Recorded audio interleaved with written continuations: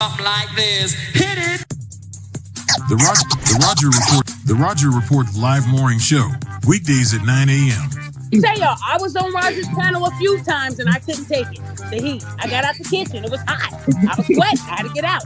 He's Roger, and he's right. Check this out.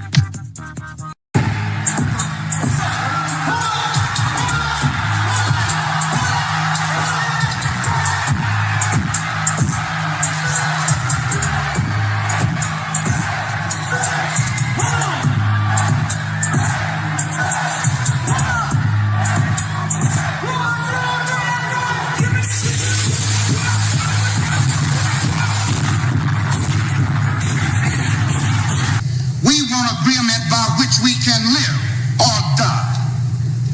You choose.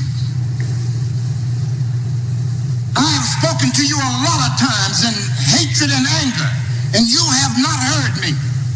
Well, you had better hear me today. If you won't listen to me when I make an appeal for the Negroes because you have no concern for the Negroes, listen to me when I make an appeal for America. You claim you love America. Well, we love America. But you are driving us back and you are making a Samson out of us, and we are going to pull down the pillars.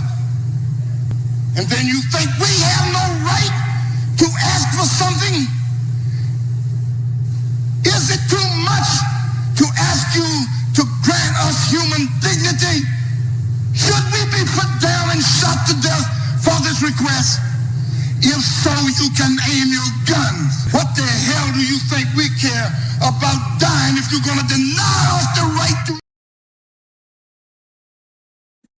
Good morning, folks, and welcome to another edition of the Roger Report Live, the best show on social media. If you are new to the channel, go ahead and take a moment out to hit that like button, because this is where you're going to find the best content on social media, and you don't have to worry about it because you're going to have me right here to make sure that happens. And if you already been coming to the channel for a while, then go ahead, hit that like button, because you already know what time it is, and you know that this is where you're going to get the best content on social media. It's not a mystery to you at this point. You've seen other people do it. You've seen other people do it well, but what you have not seen is anyone do it quite the way I do it. So make sure you hit that like button, and everyone, yes, everyone, take a moment out to share the content, y'all. There are so many people who need to get great content like this, and it's just a small thing you can do to help the world be a better place. And isn't that what we want at the end of the day? Don't we want the world to be a better place? Of course we do. So share the content out. Share it through your social media.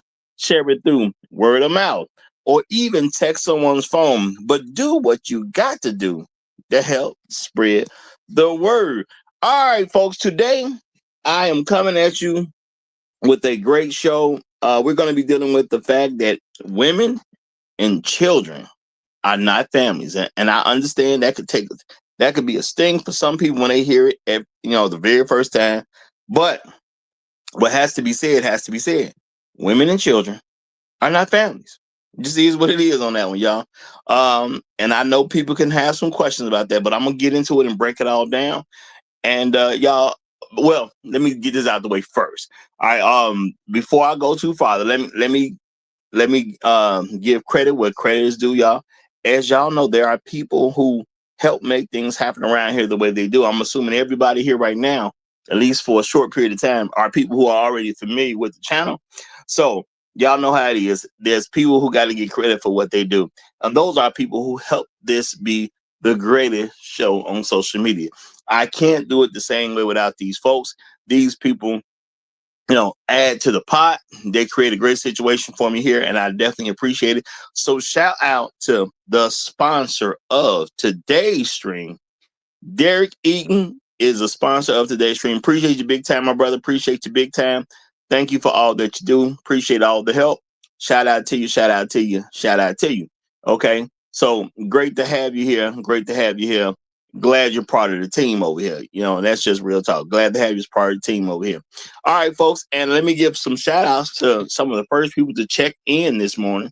It's always great to see people checking in, especially when you get a show started. It's great to look out and see people joining in the audience. And y'all, it won't be the way it was for a little while because people are gonna have to find the channel again. But I'll speak to that in a second. But before we go too far into this, got to say big up to my main man, y'all. He is that one for today, y'all. And y'all know how I go. There can only be one, the Highlander of today's stream. And I was wondering who's going to be that guy on this particular one. It is my main man, Mr. Suge to you. The Saute Sheriff is in the house representing for the pit crew. He is the Highlander of today's stream. Glad to see you here, my brother. Glad to see you here. Glad to have you on the team. Glad to have you back. That's for sure. That's for sure. Let me get some shout outs to some of the other people checking in this morning. And the next person up, my main man, y'all.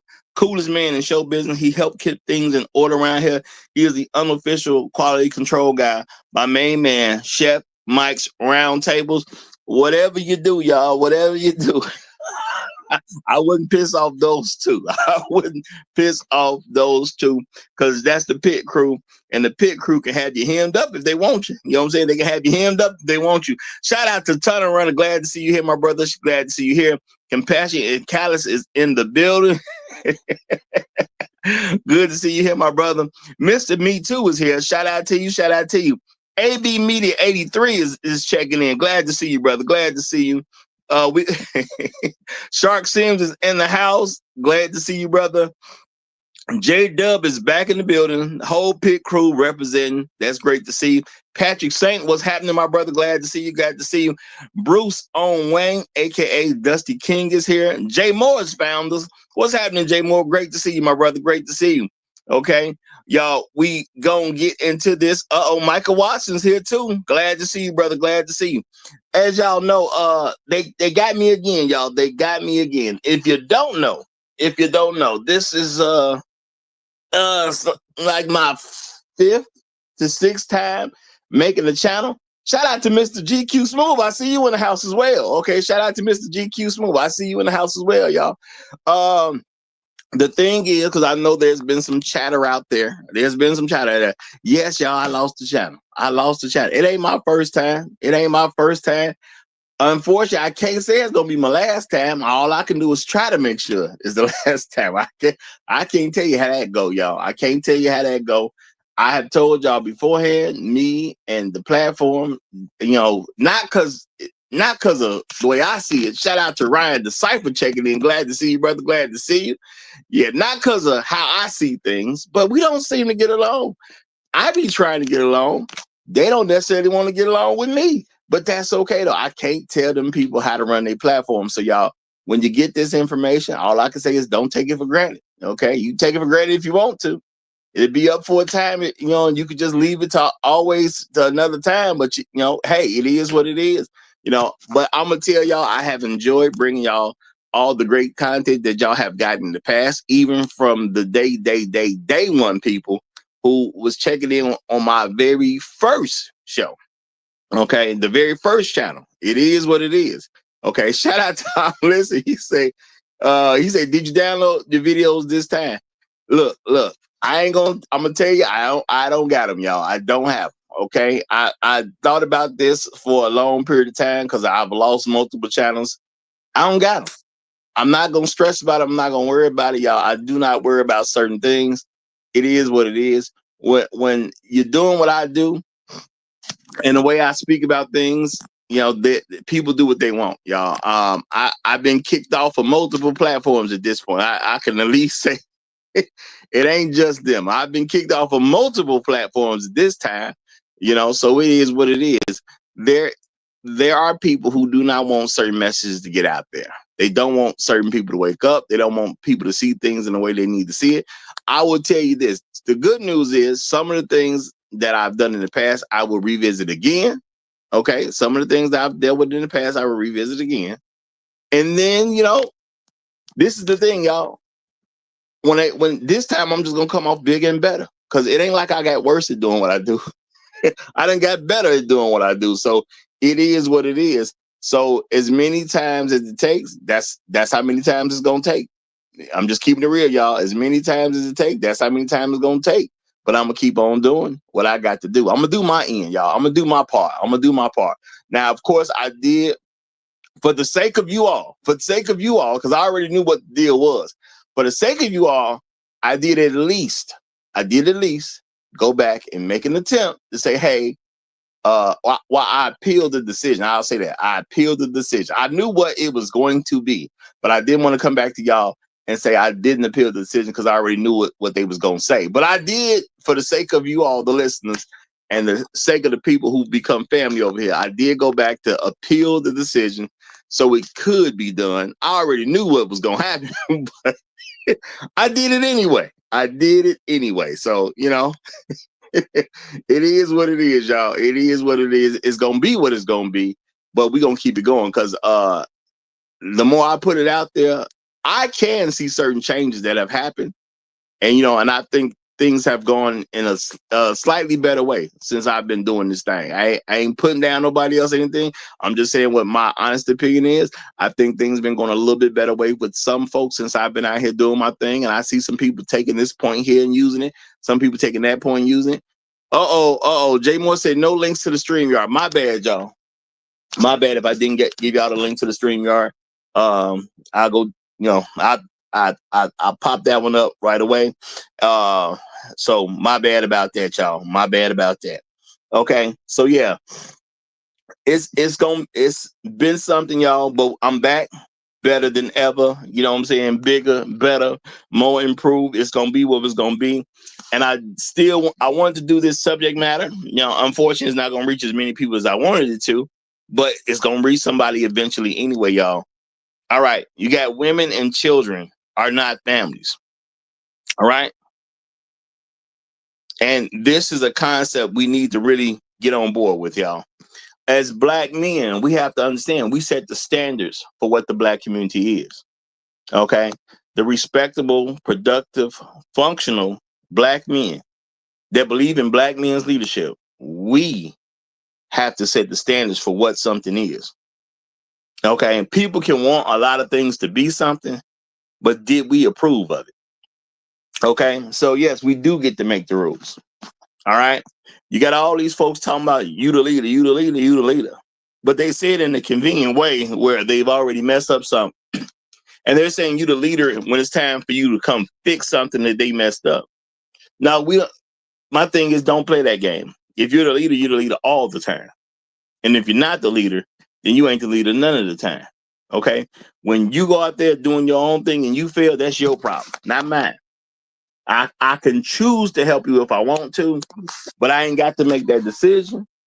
And you know what? If you're not where I want you to be, it's a very good chance that I ain't gonna make no decision to help you. But that's your fault, not mine. So I ain't gonna feel bad about it. That is your fault, not mine. I am not gonna feel bad at all. And that's just real talk. Okay. That's just real talk. And that's the way it has to be. So yeah, I know this is gonna be a message that some folks ain't gonna like, and I'm okay with that. I'm simply okay with that. All right. But we're gonna have to set standards. And women who've never been married, who have children, are not a family. And as men, we need to stop calling them that. Okay. If family means something to you, you can't promote a different message. So we all make mistakes. We all do things wrong. And, as things go, we learn more. We have to start changing how we do things so we can get better results. Okay. Some mother who's never been married with some kids does not make a family. Okay. Now you could say that's some people who failed at trying to make a family. You can say that's a dysfunctional group of people who couldn't put the pieces in the right places to get a family. The thing is, y'all, we can't take it that way. Now, shout out to Listen, I appreciate you, brother. I appreciate you and anybody else who felt that way. He said, I was lost for those 2 days, Rogers. Hey man, I'm sorry. I'm sorry it happened. I'm sorry it happened, y'all. Y'all know I'm more sorry probably than anybody else that it happened. You know what I'm saying? It affected me more than anybody else, I'm sure. And even if it didn't, if it affected you more because you support me that much, hey, I appreciate that. Real talk. I definitely appreciate that. But when I saw that it did happen, I said, okay, well, let me take Monday and Tuesday to try to get stuff in order so we can be back on Wednesday. Okay. But like I said, I did actually go through the appeal process. I mean, I knew what they was gonna say, but it wasn't fair to y'all. That's why I look at it. It's not fair to y'all if I didn't at least attempt the appeal, knowing what they were gonna say. So I was like, no, I owe it to my audience to at least appeal it and try. But y'all, it is what it is. I'm telling you, they don't like me like that because messages like the one we're dealing with today come out, and they don't want these type of messages out there. It just is what it is. The powers that be don't want these messages out there. And again, I can't trip about what they do. They own their own stuff. They do what they want to do with it. At the end of the day, we just got to kind of get in where we fit in sometime. Okay, until you got other options, you get in where you fit in. So it is what it is. Now, you know, this is a real thing. Okay, this is a real thing, and we got to learn to accept some stuff. But we got to start accepting what a family is, and if you are a productive, functional, respectable black man that believes in black men's leadership, then we get to determine what a family is. Okay, other people can do that, and I'm saying, y'all, you gotta really start embracing how powerful your words can be. You really start have to embracing how powerful you as an individual is. Some of y'all do not understand your own personal power. Okay, because we're not taught about our personal power in a lot of ways. Everybody has personal power. And it's men all the time that affect a young man growing up, some boy that they met. It's guys they met one time. They said something in front of a boy. And then that particular thing, created an epiphany or something. Something happened to that boy where he changed the way he views life. It happened to him in a positive way. And he's become a much better man because of what he happened to hear one guy say on one given day. Okay. Things like that happen. It is what it is. Now, you don't know which boy that's going to be. Of course, if you have a son, you're going to affect your own son, but there's other people you affect besides them. Okay. So you don't know which boy is going to be. You just know things happen. And it's cool that things happen. Okay. Now, the thing is, when they do happen, we have to understand a lot of this is happening because of us. So you may not think what you say is a big deal. That don't mean it ain't a big deal. That don't mean that at all. Okay. Just because you don't think it's a big deal does not mean it ain't a big deal. It's a very big deal because you said it. Okay. You got to start thinking like that. It is a big deal because you said it. Okay. Why wouldn't it be a big deal? You the person that said it. Why is what you say not a big deal? Because I would like to argue that it is a big deal. And you don't know just how big it's going to be. So you got to understand your words have meaning and your words are very powerful. And when you say that a group of women and their children who've never been married, if you say they're a family, you're going to affect other people. Does a family have value to you? I'm going to ask y'all that, and I know this could be a tricky question because, a lot of listeners may have grown up in a single mother home. Does family have value to you? Okay. That's the question. Does family have value to you? Because if family has value to you, that means you have to treat it differently. You have to treat it like it is family. You got to treat it like it does have value to you. You have to treat it like it's not just anything else. Okay? That's what it comes down to at the end of the day. All right? What did it mean to you? Now, if it didn't mean anything to you, okay, and it don't mean anything to you this day, I understand why you would just keep on using it, because it just is what it is and you don't actually care. Okay. And if I don't pretend that people who don't care are going to act like people who do care. I'm just going to say that off rip. I'm not going to pretend that people that don't care are going to act like the people who do care. So if the family unit means nothing to you, you're going to treat things a certain way.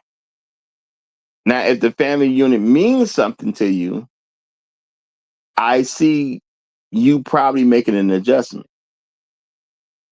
So, as a question, why are you calling unmarried women with children families? What is your purpose in that statement? Okay, what's your purpose? Now, I can't tell you what to do about everybody else, but you can control you. And that's just real talk. You can control you. You know, since you can control you, do you want to promote the idea that an unmarried woman with children is a family?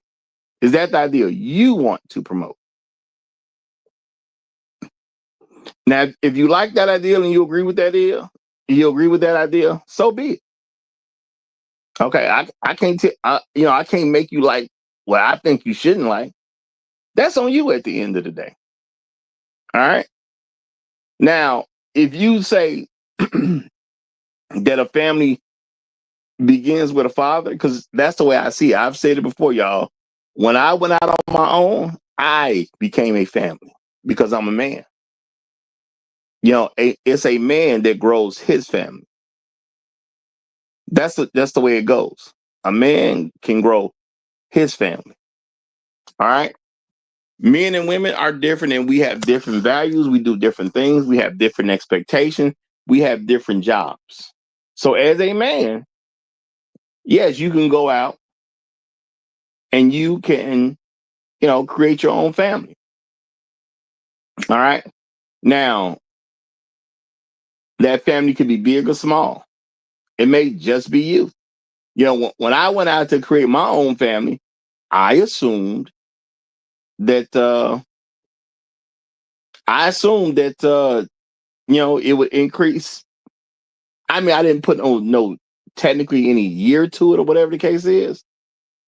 Okay, I didn't do that. All right.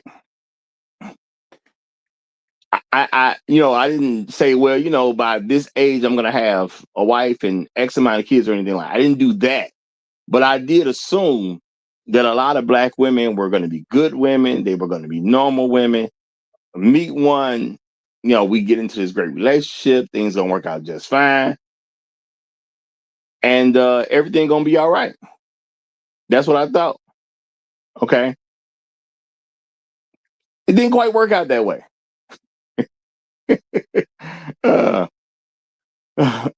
Now, after a year or two of not meeting the right woman, did I start looking down and say, well, they ain't no good or something like that? No. I just assumed that, okay, it'll take a little longer than what I thought. Okay. It'll take a little longer than I thought. Okay. Maybe 5 years went by. I still was like, okay, it's cool. It ain't happening right off the bat, but it's coming. That's what I was thinking. It's coming. Why? Because I had a mindset that I'm going to deal with Black women. I literally had this mindset. I'm gonna marry me a good Black woman. We're gonna have a great Black family and we're gonna help the Black image. I literally had that as a mindset. All right. Because there was propaganda out there saying certain stuff about Black people. And I literally wanted to help with the propaganda. And I said, I'm gonna have me a good family, y'all. I'm gonna have me a good family. I'm gonna get me a Black woman. We're gonna have some great kids. We're gonna raise them properly. We're gonna show people how it's done. I literally was thinking like that. All right. Now, did it work out that way? No, it didn't work out that way at all. It didn't work out that way. Okay. Shout out to Copper D. Okay. Copper D said, maybe you should have lowered your standards, Roger. No, it wasn't. I can't even say it was that because I didn't have this grand ideal about these super high standards some Black women were supposed to have. I can't even say that to you. I was just looking for a decent looking, normal woman who could be of help to a family. So I can't say my standards were super high. I did not say to my. Now I'm gonna keep it real. You know, there's different women that you see, and you holler at the women that you want to holler at. Okay, I've always pulled very attractive women because those are the ones I talk to the most. I'm just gonna keep it real. You see what I'm saying? So, you know, when people say standards, well, what's the standards when you're talking about a woman? Okay. I'm not gonna say I didn't shoot my shot at some of the more attractive women because I did. You know, I pulled them because I asked them. You know, I know there's a lot of people who say a lot of stuff that just ain't really true in social media, and a lot of people don't really think about what's being said. So they say all these things about, you know, you got to be this, that, and that to get these women. Not according to reality. Not according to reality, because number one, black women generally don't have standards in the first place. So when I mess with some chick who really look good, you know, I'm not saying I pulled her because of who I am, but I am acknowledging the fact that black women in general don't even have standards. So why couldn't I pull her? You see what I mean? I wasn't thinking about that during the time, but as you know, as you get older, you look at more things in life, you see what's going on. What did I need to get a black woman? Nothing. You didn't need anything. And unfortunately, that's still happening to this day, that you really don't need anything because black women in general don't have standards. Okay. I'm sure you can find one if you look hard enough. Okay. But to find one that has standards and she's not married, that's going to be an interesting task. Okay. That's going to be an interesting task. All right. Shout out to Chef Mike Rounds. He said at the Roger Report Live, don't forget the wrenches. I ain't trying to have folks get I ain't trying to have folks get crazy in the chat. I'm gonna be passing out a few of those. I will be passing out a few of those. Let me get my act together, y'all. Start doing some things, some administrative work, okay? Because yeah, you're right. I ain't got nothing going on right now. Ain't nothing popping as far as help. Okay, there's nothing popping. So let me get another device and I'm gonna start doing some stuff with that. Okay. All right. So you know, I did not think it would be such a monumental task to get a decent black woman to get married to and have a great family with. It didn't seem like a monumental task to me at the time, and I thought the black community needed that. Now, I'm not gonna say the black community didn't need it. It was just the reason it wasn't happening. I wasn't so clear on as I am at this particular point. You know, and y'all, there's a lot of narratives out there that try to force us to. There's a lot of narratives that happen that's out there to try to force us to think about the wrong things instead of the right things. You know, which is I figured out after a while. Once I been around enough, I figured it out. There was these guys out here saying that there's guys who are mad because they weren't getting women. Now, I'm not going to say if you look hard enough, you can't find a guy that just can't get no women. But to me, that's a monumental task as well. Where are you going to find a guy who cannot get women amongst a group of women with no standards? Now, I get why people say that. I get why people say that because the truth is because they act like women, they want to be one up on somebody. That's something that women have always done. They try to one up another female. So now you have guys who try to one up another dude because they act like they mama. And they be like, well, yeah, you see, y'all problem is y'all can't get none. That's why you saying this and saying that. Where? That has always been my question, y'all. Where are these guys who can't get none? Okay, you're talking about the black community where women have no standard. Who can't get some? Okay. And I don't mean it as a joke. I'm just saying it because it's for real. Who can't get women from black women? In the American black society, it's people, all kinds of guys get black women. Now, it may not be talked about like that on mainstream media, but even non-black men come get a black woman when they want to learn certain things about women and all that type of stuff. Who can't get a black woman? Okay. And that's just real talk. There's a lot of lies that are told. The men are awkward. That's why they can't get no women. Who's awkward? Because I've heard people say that about different people who create content as well. And I've addressed this before. So you mean to tell me the person who can get on air and actually do a show, keep people's attention, okay, even if you want to add it in there, actually receive some money for some of the work that they do. Okay, they do research. Okay, I mean, do all types of things, and those are the guys who can't get no women. The guys who clearly know how to talk to people. The guy with the quote unquote confidence, as if that's supposed to get women like that, because y'all know women always lean into something that you can't truly measure out. They'll say things, well, you're supposed to have confidence. So the guy who can actually host a show, who can actually keep people on a daily basis, get real attention, do well, he the guy that can't get the women. That's what I'm supposed to. The guy who can clearly talk is the guy who can't get the women. See, there's a lot of nonsense that's said. And when you start peeping game over time, you know, it gets real crazy. Okay. Now, I am never going to say a man can't get women, because even if you're of a different community, you can just come to the black community and get some women. That's nothing. Okay. And some people might say, well, man, you saying black women are easy. I don't tell black women how to act. You know what I'm saying? I ain't going to say that. I don't control how black women act. So if everybody of every community can come to black women and get some, it ain't got nothing to do with me saying they're easy.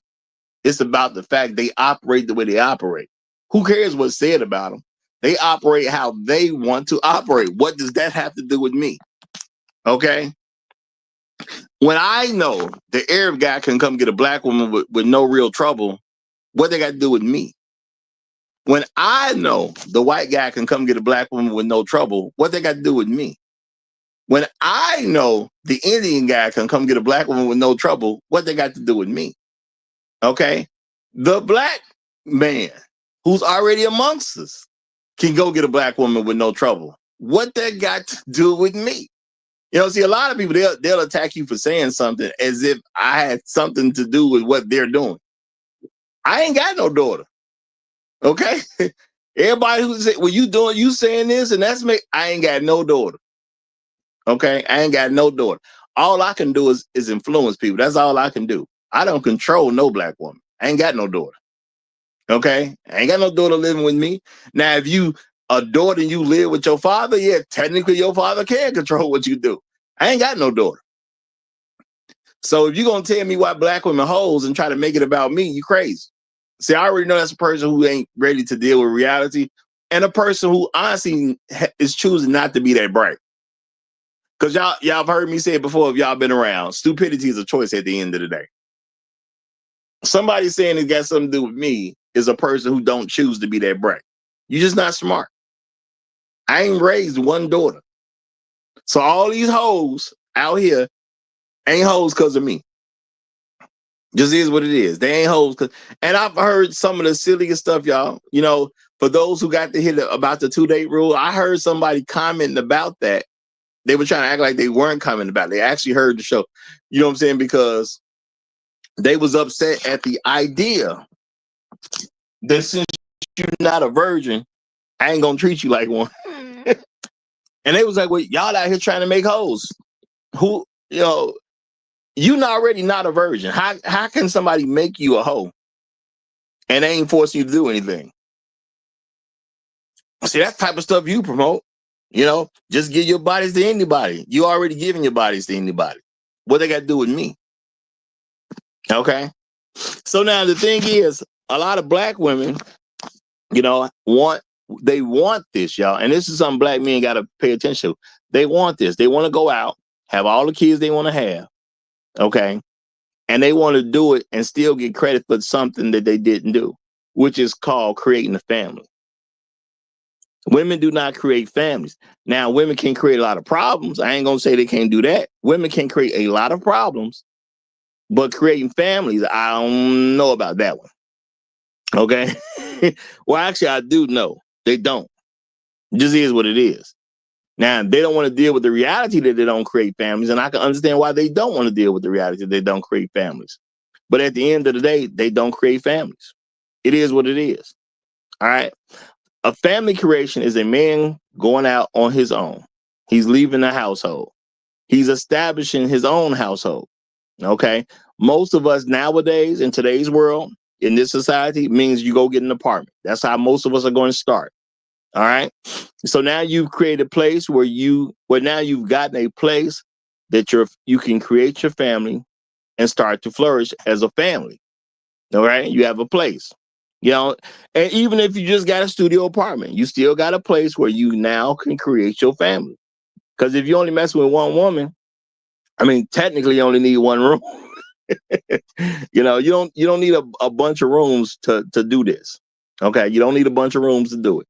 So even if you got yourself a studio apartment, you can still create a family. Just is what it is. All right. Now, the thing is, a lot of men are going to do this, you know, and a lot of women are actually against the idea of a black man having his own family where he can actually dictate what should happen in his own home. And we just don't want to see that black women are against that, because we want to believe that because they are black women, that they're on our side. Now, I understand it's a great idea for them to be on our side. I understand it would be nice if they were on our side.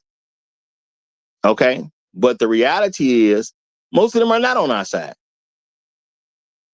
And I do get it, because mainstream television hasn't promoted the fact that black women aren't on our side.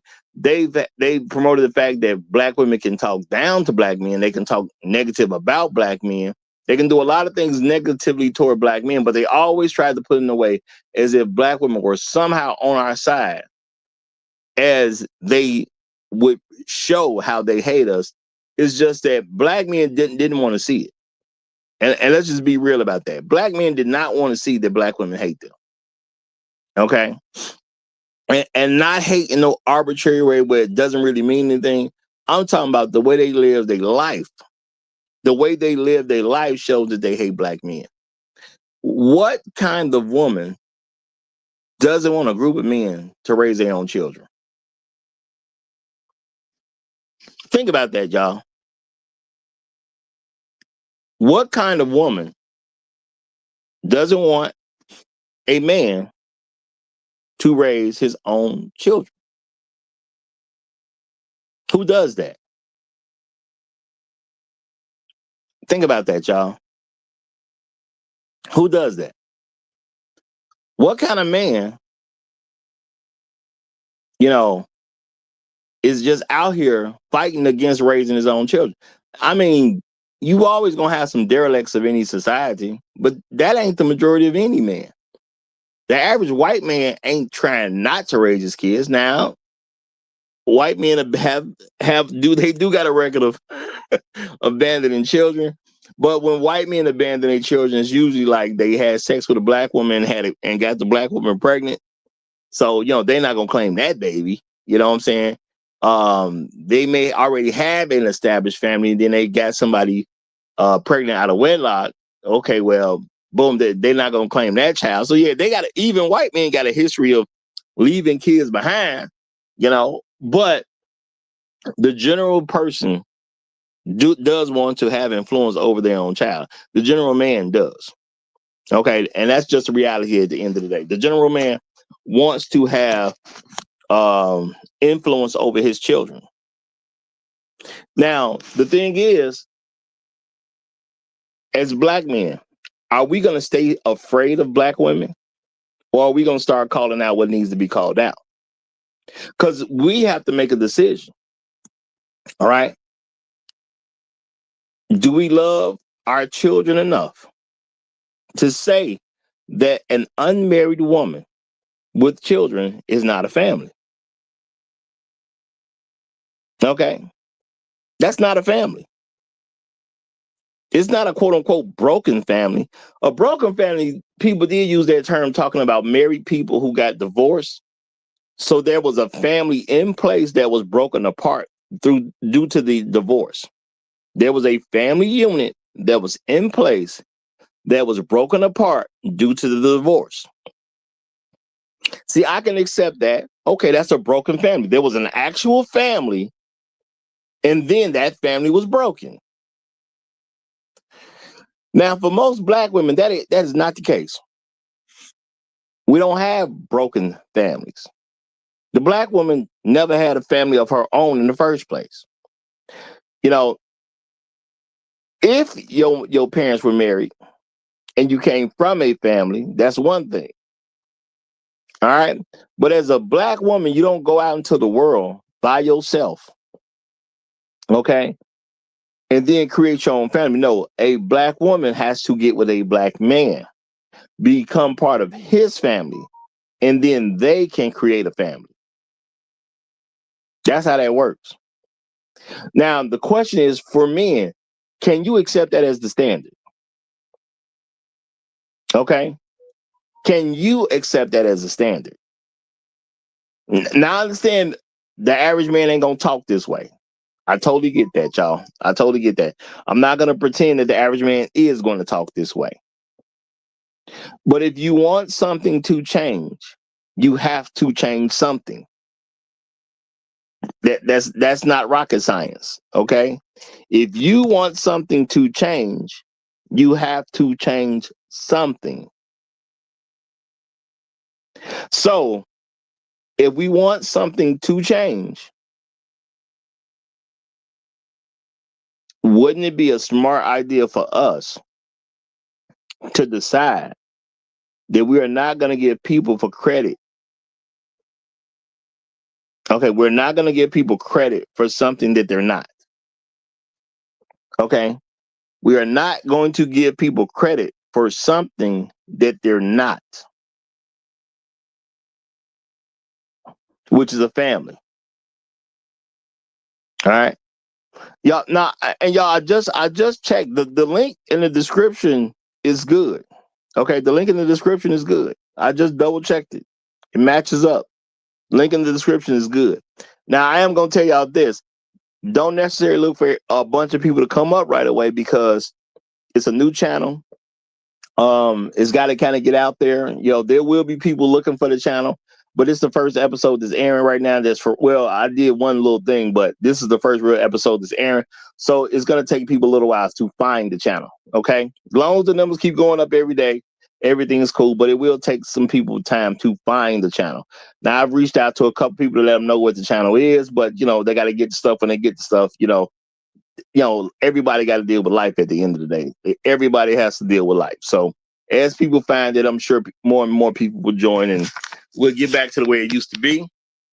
But at the end of the day, y'all, as white as what I was finished, I'm looking at this comment by Patrick Saint and white supremacy. I was about to say something about white men, but what I mean is as black men. Well, you know what?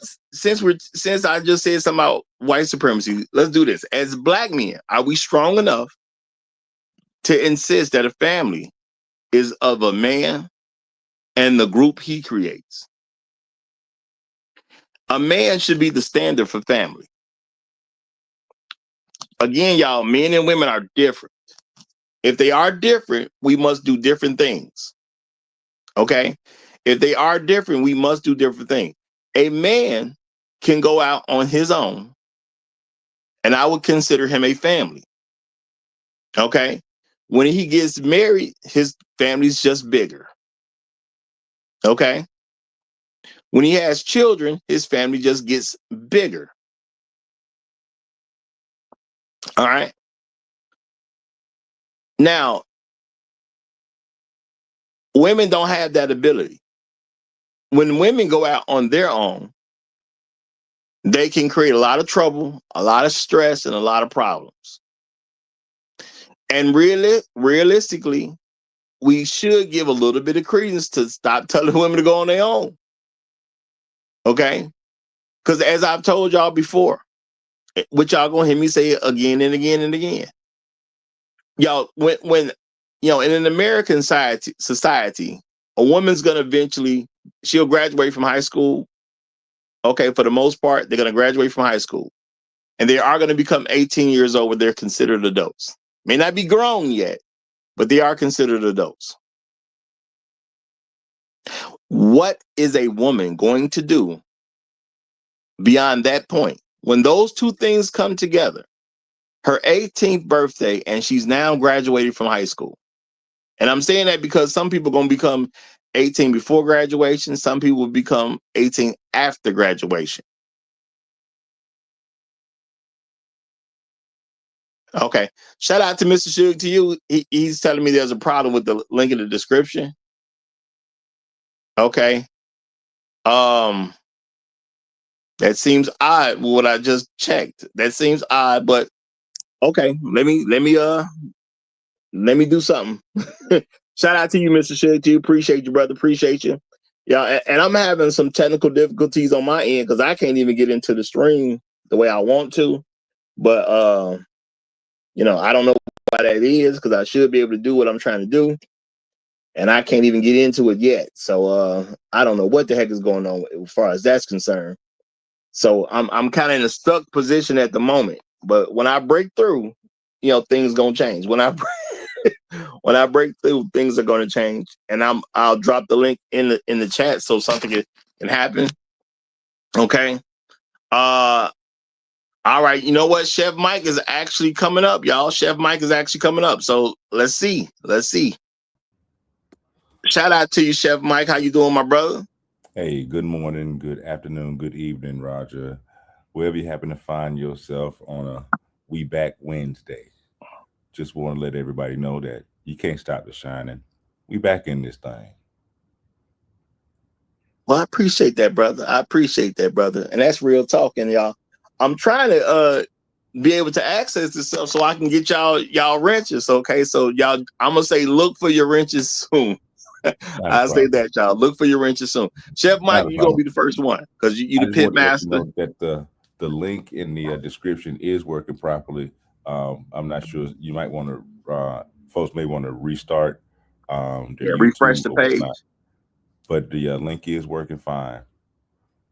Well, appreciate you proving that point, my brother. Appreciate you proving that point. Does help a lot. And y'all, I'm here for you. Okay. If y'all are newer folks, if Roger goes away, Roger coming right back. Yeah, okay. Like I said, y'all, this is not my first time starting the show from scratch. I don't go nowhere, y'all. Until I understand that God tells me to do something different, I'm gonna be doing this. It just is what it is. Now I can't control platforms throwing me off because I've been thrown off for 4 platforms at this point. So I can't control that. All I can do is control what I do. So I'm gonna be here and I'm gonna keep coming back again and again and again. It is what it is. Do what you're gonna do. But I understand it's a situation I don't have control over, so I gave up worrying about it. I'm just gonna tell y'all that now because I know that. But did you download this and did you down? I ain't worried about it no more, y'all. I've accepted it's something I can't control. The last platform I had, I took a whole lot of old stuff, started putting it on that one. Man, it is what it is. Take advantage of it while you can. That's all I can really tell you. Okay. Because I gotta live a real life too, y'all. And there's so much stuff I got to do that I can't do this full time right now. Can't do it full time. When I'm at the point where I can do this full time, I will be doing a whole lot more. But I'm just not at the point where I can do this full time. So it just is what it is. I got to do other stuff. Okay. All right. Now, getting back to the subject at hand, though. Y'all. This is where it's gonna take us to do something different so we can have the different result that we want. If you want families to happen, if you want to be a part of a family, then you have to set what the standard is. Because if you accept, I'm gonna say the white supremacist standard on what a black family is. Now, why am I saying that? Because this was a standard created in slavery. Now, if we're gonna be realistic about it, when people were on a plantation, it was something that commonly occurred. If you knew who the baby daddy was, and I'm saying if you knew, because remember, every slave did not necessarily know what was going on and what necessarily people weren't supposed to tell people certain things. I'm gonna say that. I'm not saying ain't nobody break any rule, but people were not supposed to say certain things. The whole ideal of a buck was to impregnate random women. So any random kid could be his, or it could be another buck. Okay, I'm not saying plantations had 80 bucks, but you could have had 2 or 3. Because if you only got 1 buck, then everybody knows who the kid belongs to.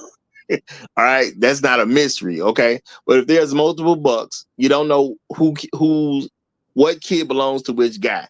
You can take a guess as people grow up and start looking for features or whatever case. You can take your guess, but nobody knows. There was no DNA testing back then. And a lot of times when people tried to have a family situation, slaves were sold. That was one way to keep families broken up. You start acting too much like a family, they're going to break you up. We're going to sell this person to this plantation, or we're going to do a trade with this plantation. They will break up anything that looks like a family. So the white supremacist way of viewing things for black families is a black family should never have a man be the head.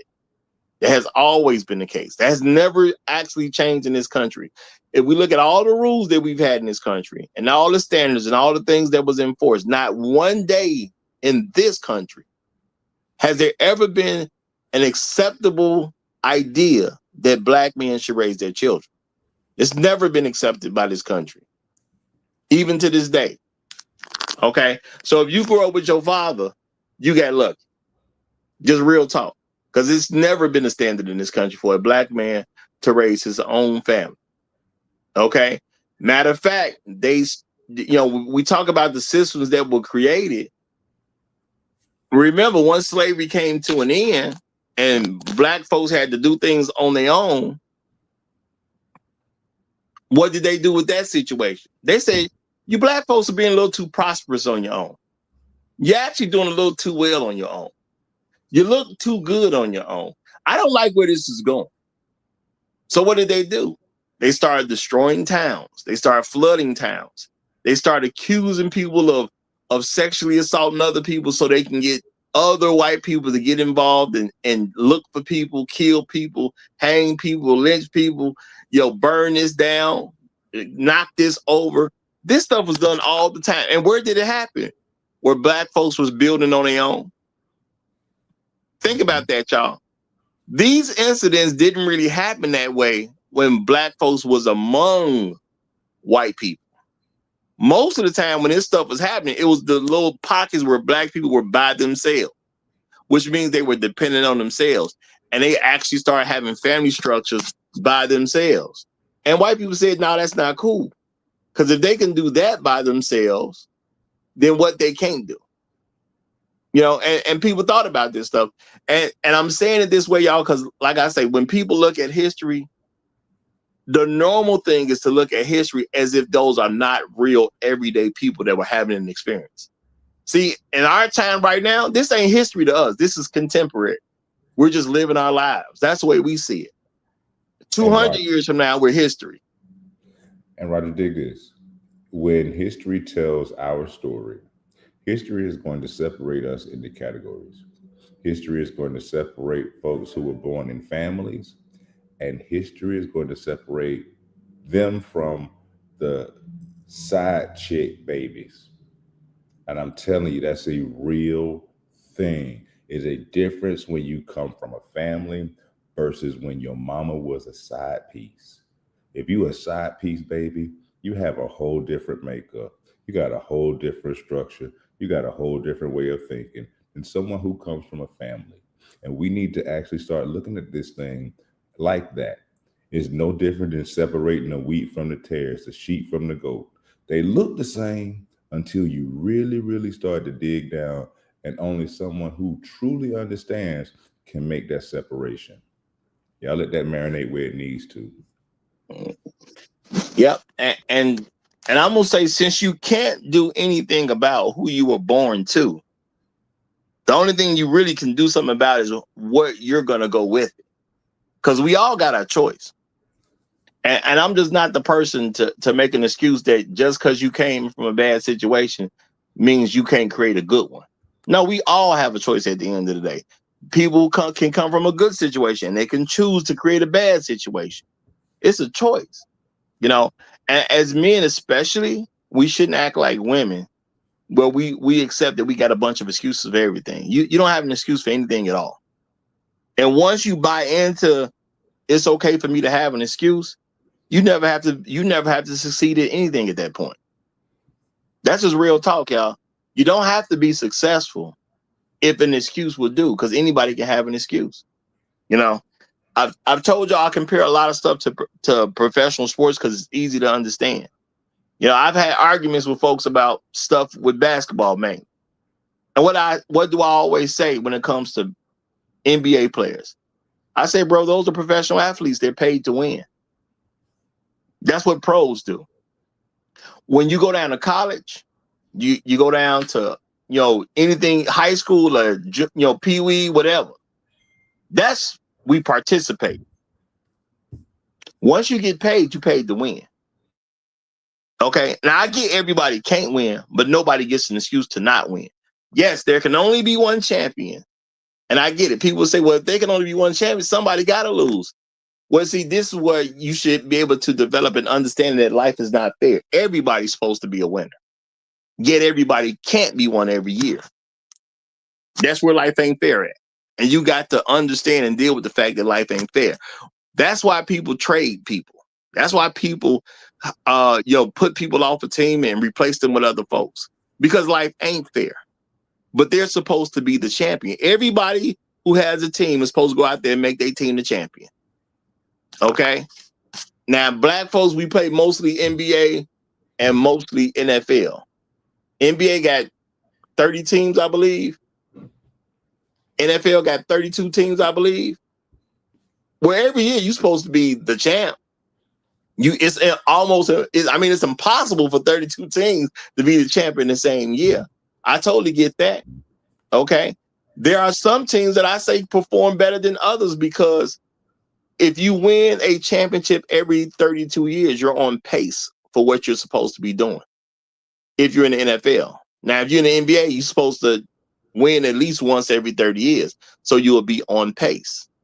Okay. It is what it, and there shouldn't be no excuses. Y'all, I rock with the Bears. Y'all know that. The Bears ain't won. It's been 32 years. They ain't had no championship. The Bears are not on pace, if you ask me. There's certain things when it comes to the Bears, I'm really disgusted by that organization, because I'm supposed to, as an adult, see them win the Super Bowl.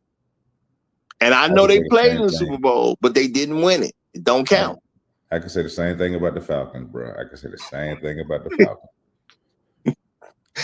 Well, it's called not getting the job done. Facts.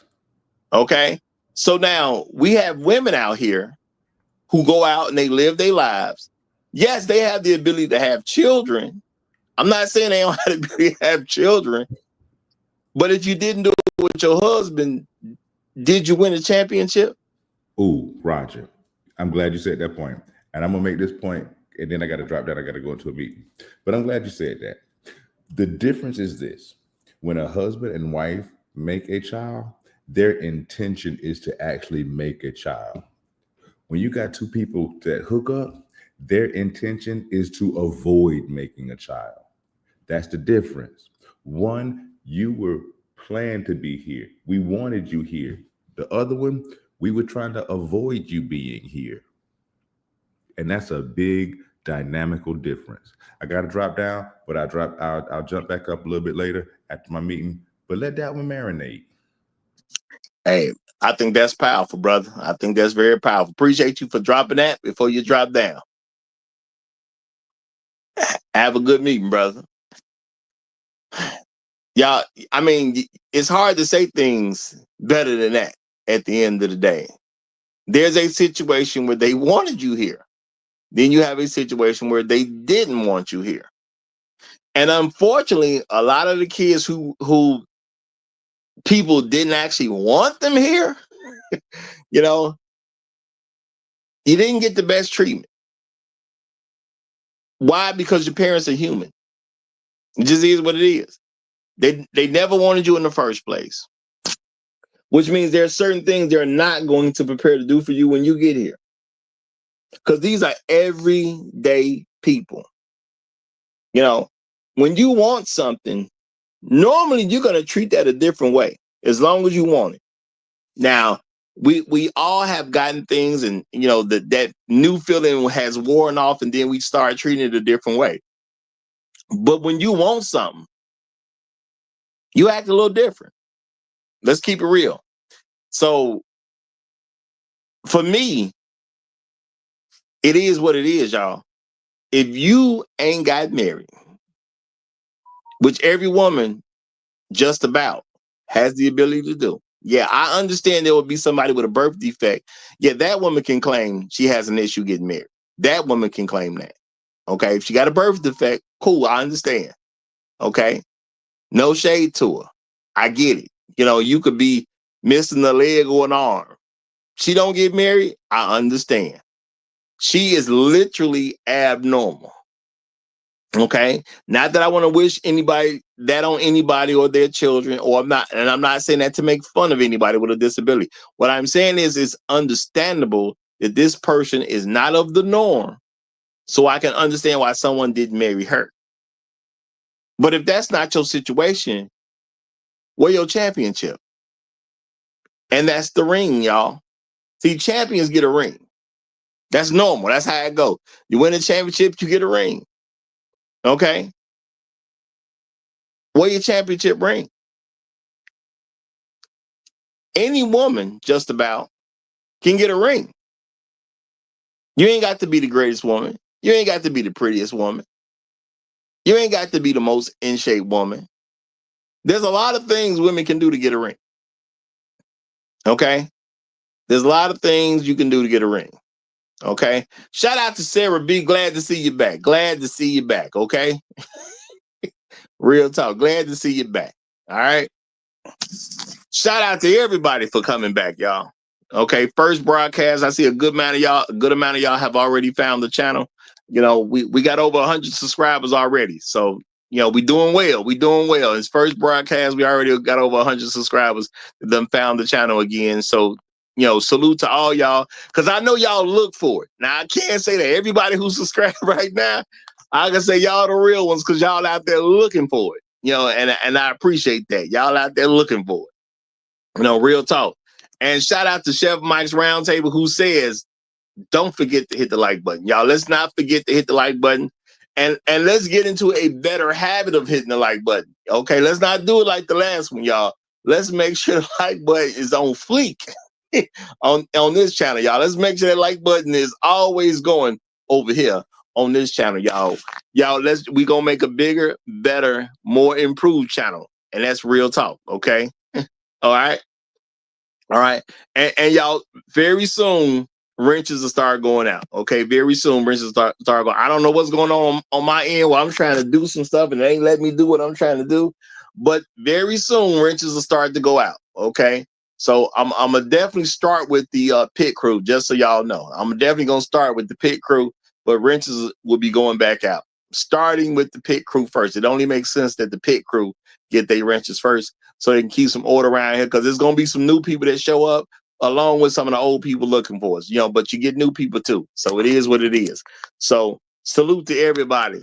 You know, y'all, I know y'all are real one if you're here today. I know you're real. I ain't saying somebody who didn't get today wasn't the real one, but I know you're a real one if you're here today. Shout out to Better You as I say that. Okay. I know you're a real one if you're here today. All right.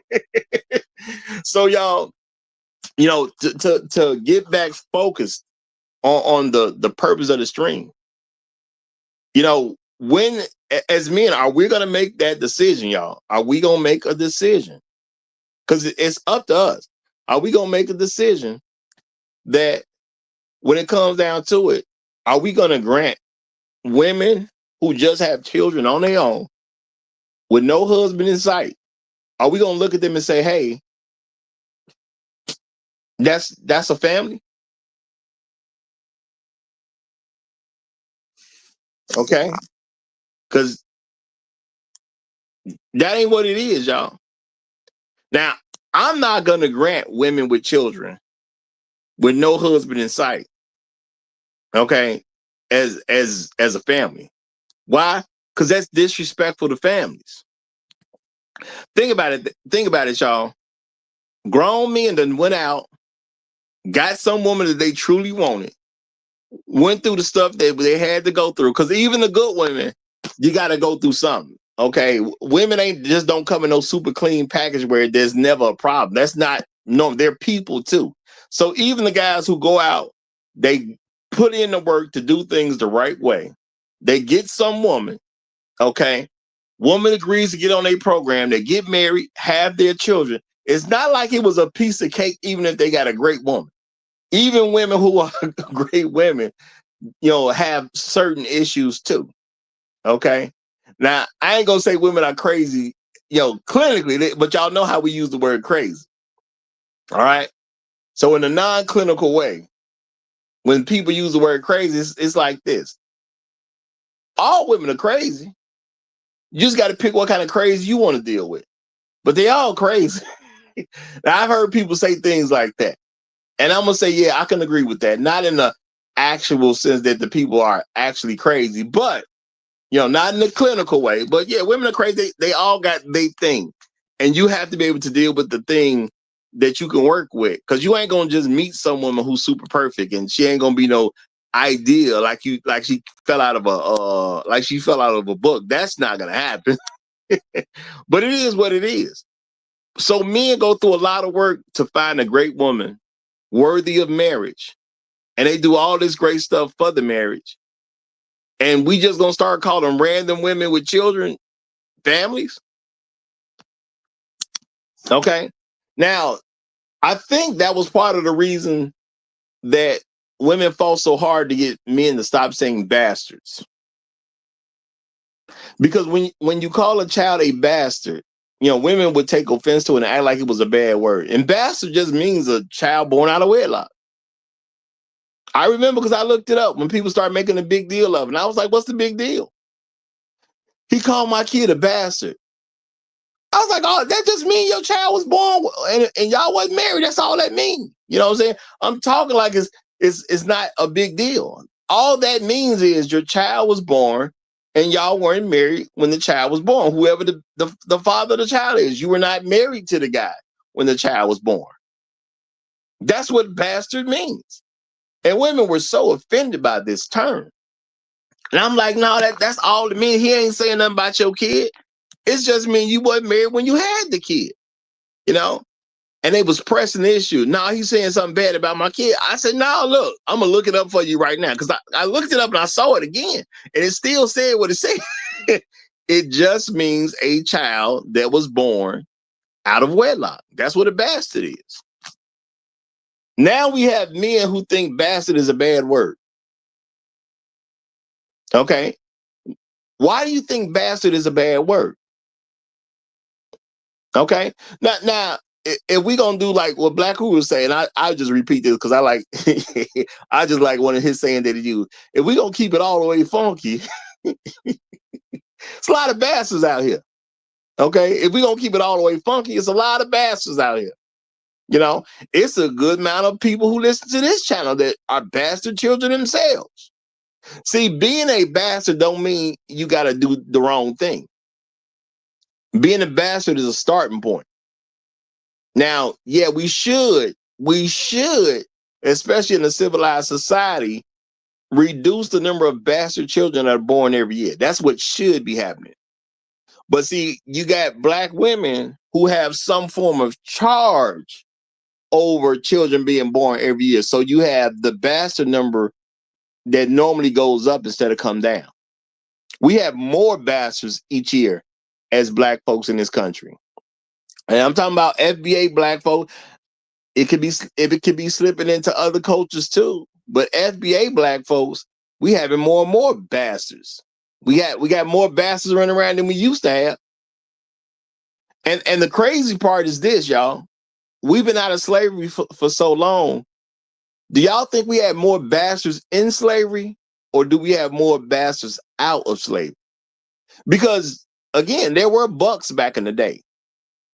And part of their job was to go impregnate women on the plantation because the master was trying to get kids and basically increase his wealth and increase his production. So why do we have so many bastards now? Okay, why we got so many bastards now?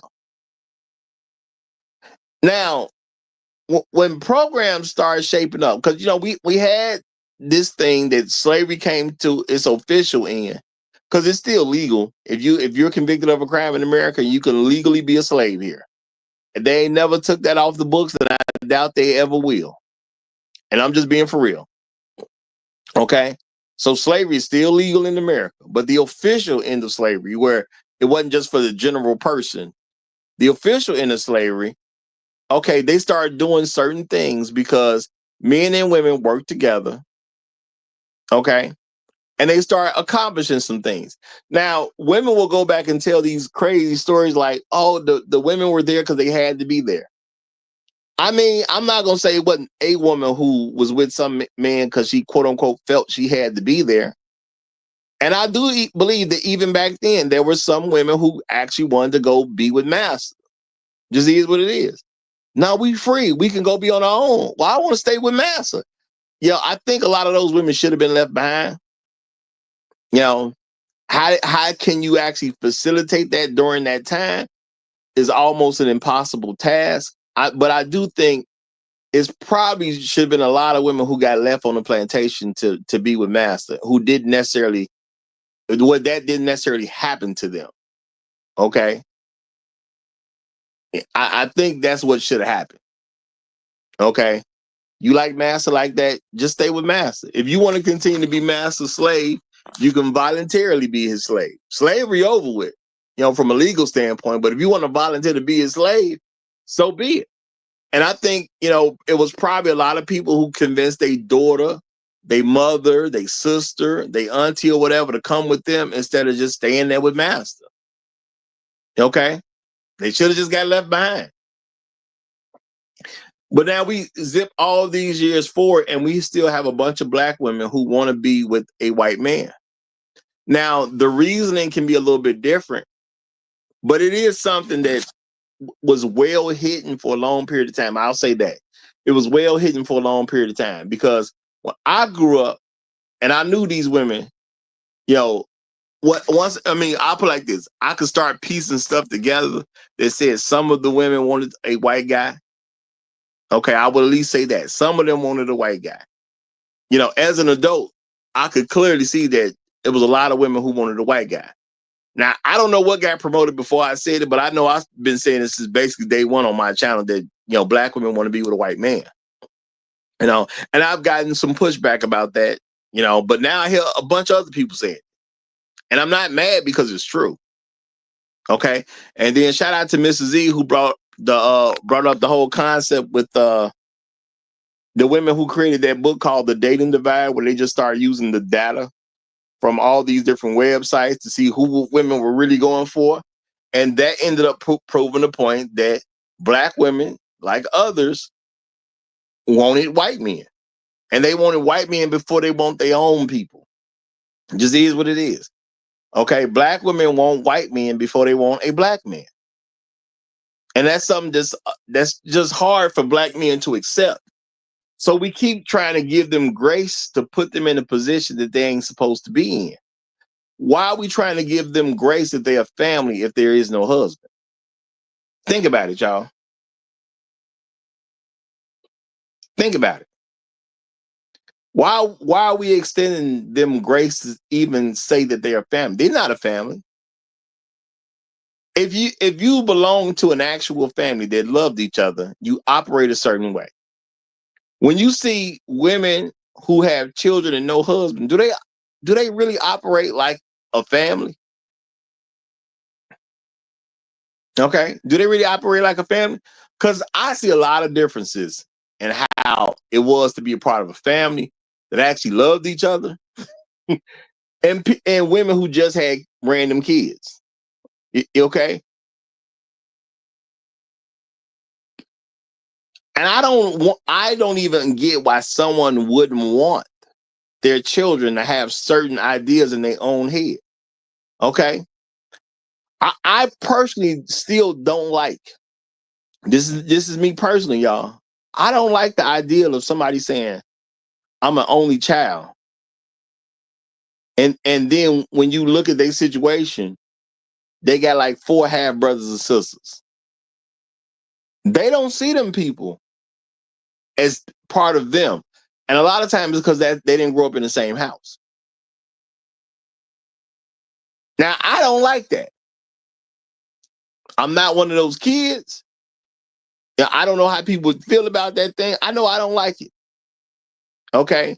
Because when I've heard people say I'm an only child, knowing they got brothers and sisters, okay, I be like, man, it just don't sound right to me. Because to me, it sounds like denying your family. Now, I know they probably don't mean it that way. And it is something they shouldn't have to deal with. You know, I remember Jalen Rose said in the interview that, because he became, he was so good at basketball, he was going to college and, obviously there was going to be an NBA career in his future. Jalen Rose said he had to make a decision. He said, I decided my brothers and sisters was the ones who are being raised in the same household as me. That's what that's what his decision was. Now, I'm not saying he made a terrible decision. I just don't like the fact that number one, that he had to make the decision. I don't like that, number one, that he had to even make a decision like that. And I don't like the idea of someone having a brother or sister, but it's not really their brother or sister. I just don't even like the ideal of that. Okay, so that's nothing against Jalen Rose. I mean, he was a grown man that had to make some tough decisions. He going into the NBA. Y'all know how it's gonna be. You make money like that when you become a hyper earner. You got to make some real decisions about who should have access to you versus who shouldn't have access to you. People gonna ask for money. You're gonna give certain money. It is what it is. You're gonna have to make these decisions at some particular point in time. Okay. Now, shout out to Gold P. He says, I'm with you on that, Roger. Even if we're not necessarily blood related, if I deem you as family, we family. Now, yeah, I can agree with. Yeah, I definitely agree with that. I was wondering what you're saying when you said you with me on that. Yeah, okay, yeah, because we family, we family. And for me to hear a man have to make a decision, and I'm not saying he didn't make it for no malicious reason or anything like that. He was making this decision because he knew he had the NBA in his future. So for me to hear a black man have to make a decision like that, to say, well, I got other brothers and sisters out there. I don't know them personally and things like that. So now that I'm going to go into the NBA, I got to comport myself a certain way and I got to make some tough decisions. To hear a black man say, I have to do it this way, where my family is the brothers and sisters that grew up in the same home I did. Like, I wasn't mad at Jaden Rose for saying that. I'm more mad at the fact that he had to make a tough call like that. Because he shouldn't have had to make a tough call like that. But the thing is, if you have women who don't actually like family, they don't want to be married to their child's father, they don't think children should be raised with their father, they don't think black men should raise kids at all. Because this is what it comes down to at the end of the day. Black women don't think black men should raise children. I've said this before, and I'm saying it again. And I'm going to keep saying it as long as I get to say something or the situation changes. Black women don't want black men to raise their children. And I understand this is tough for people to take in. But see, when you talk about white supremacy, okay, when you talk about white supremacy, we know that came from white supremacy. So y'all have heard me, if y'all been around and have heard me on all them other channels I done had, y'all done heard me keep it real. Black women are white supremacists. Now, if you don't think they white supremacists, why do you think black women don't want black men raising their children? Why is it such a big deal for a black man to raise his kid? Yo, we got situations going on. I just throw these names out there for the moment. Not that I look totally deep in their situation, but I have come to realize that there's an issue going on with DDG and Halle Bailey, or Haley Bailey, however you pronounce her name. Okay, I think it's whatever. Halle Bailey there was an issue going on because they got a child together. Now, DDG is a rich, famous black man. Let's keep that all the way funky. Okay, he a rich, famous black man. Haley Bailey is a rich, famous black woman. DDG say he wants the joint custody of his child. Haley Bailey doesn't want him to have joint custody of his child. You know? And there supposedly were some disparaging remarks supposedly made by her against DDG and how he's operating as if he's doing something wrong. In her mindset, she was supposed to get the kid and he's supposed to pay child support for the kid. You know, certain things that were posted, which they said came from her. Okay. You can see that her mindset is I'm supposed to have a kid and he's supposed to pay me because I had the kid. Now, we're talking about rich, famous people who don't have the problems that other people do.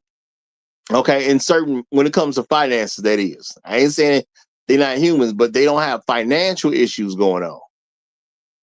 What's the big deal about joint custody between two rich people, y'all? Y'all think about that.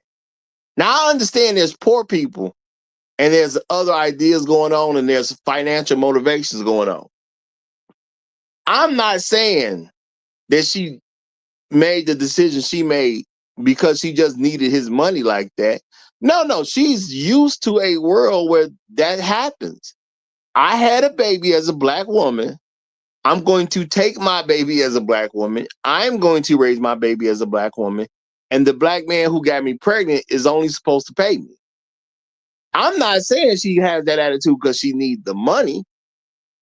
That's clearly not the motivation that she needs the money. She just looks at it as that's normal to black people. That's my opinion about it. That's what I'm guessing is the way she thinks. She just thinks it's normal.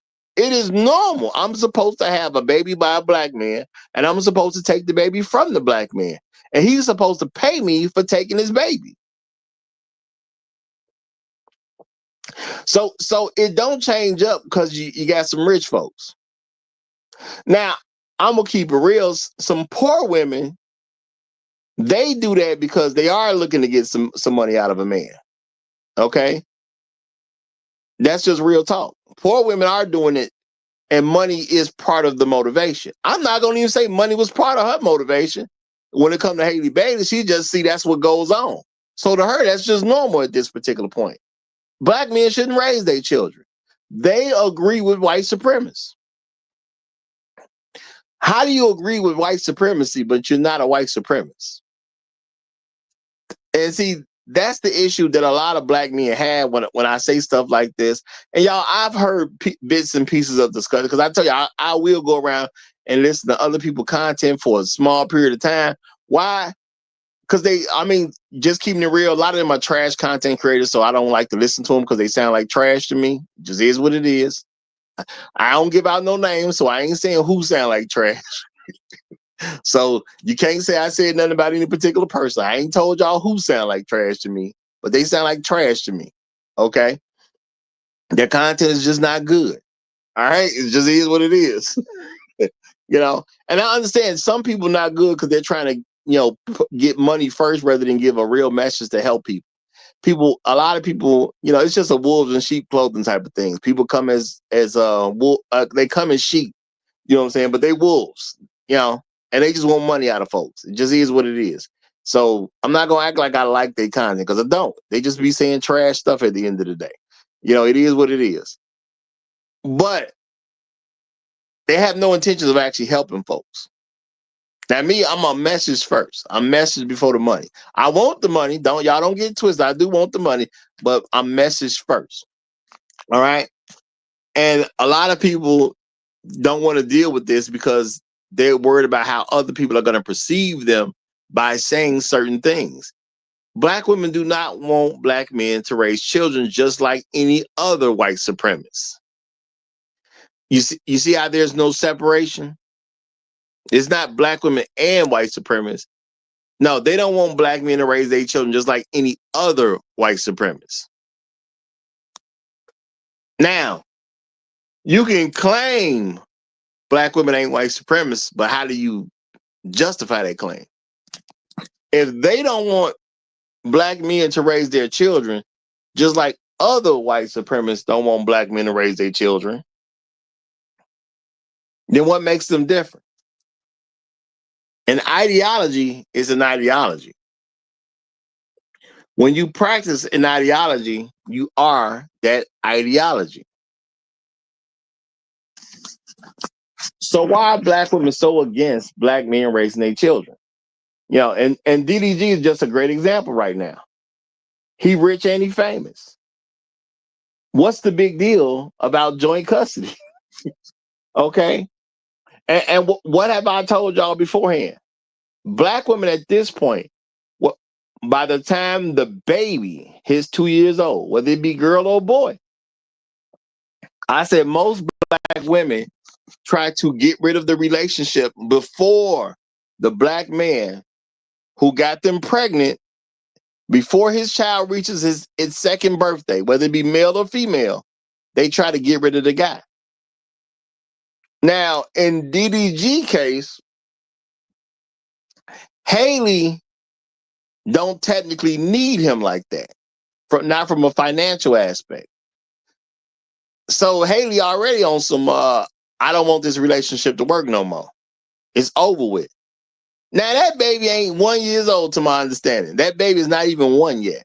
But see, Haley rich already. So screw him.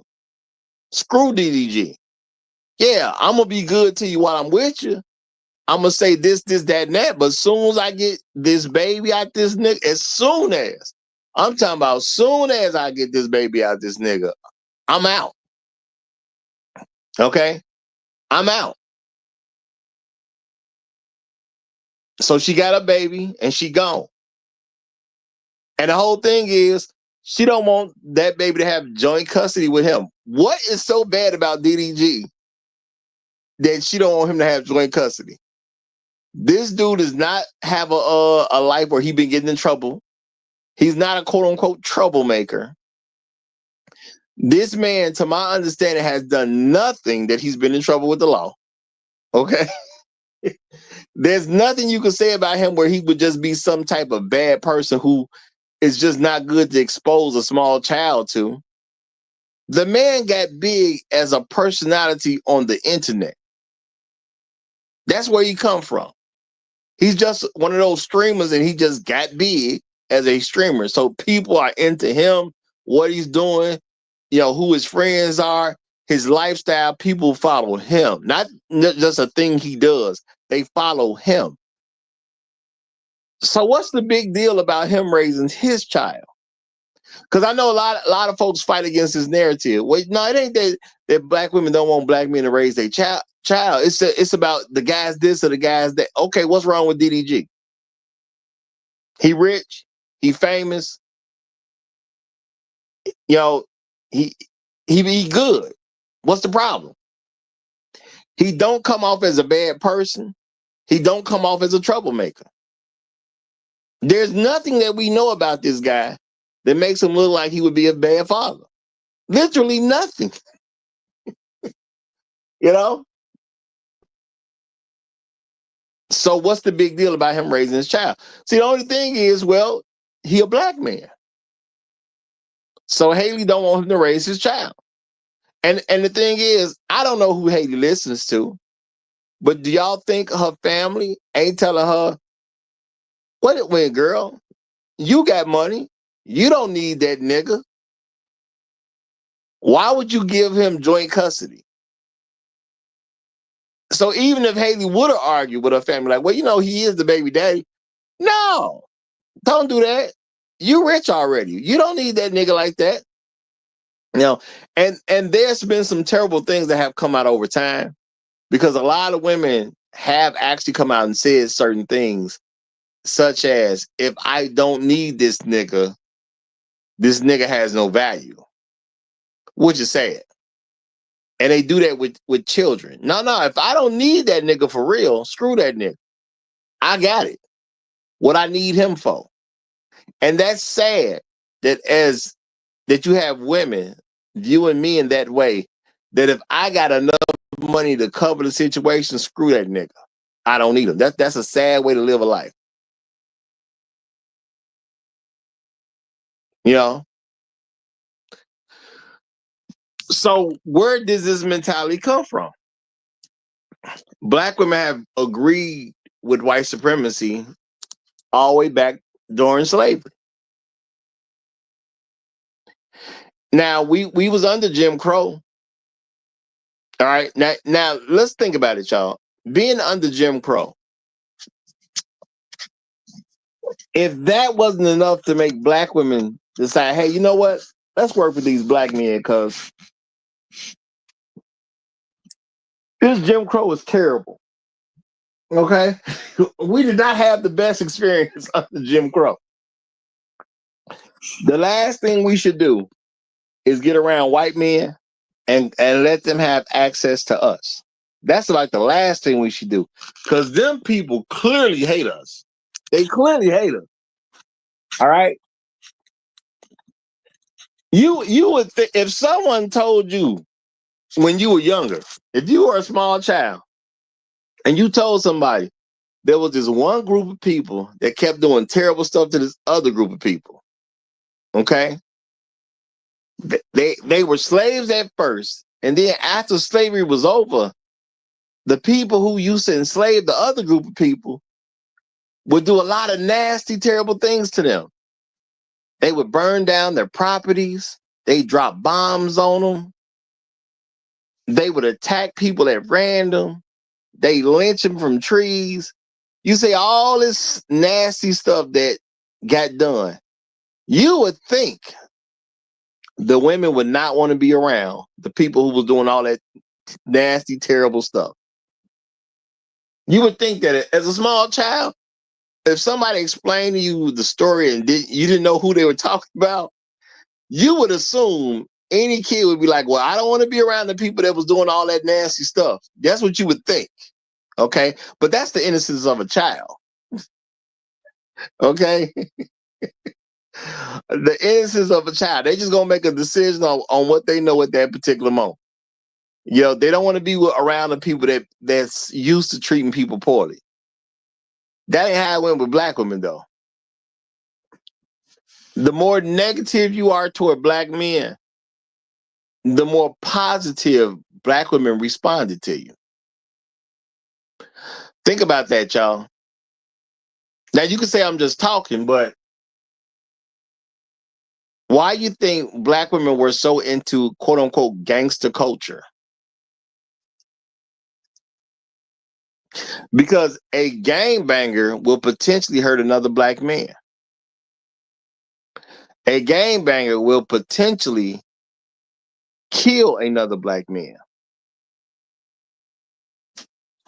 And black women like the idea of black men getting hurt and black men getting killed. They've always liked that idea.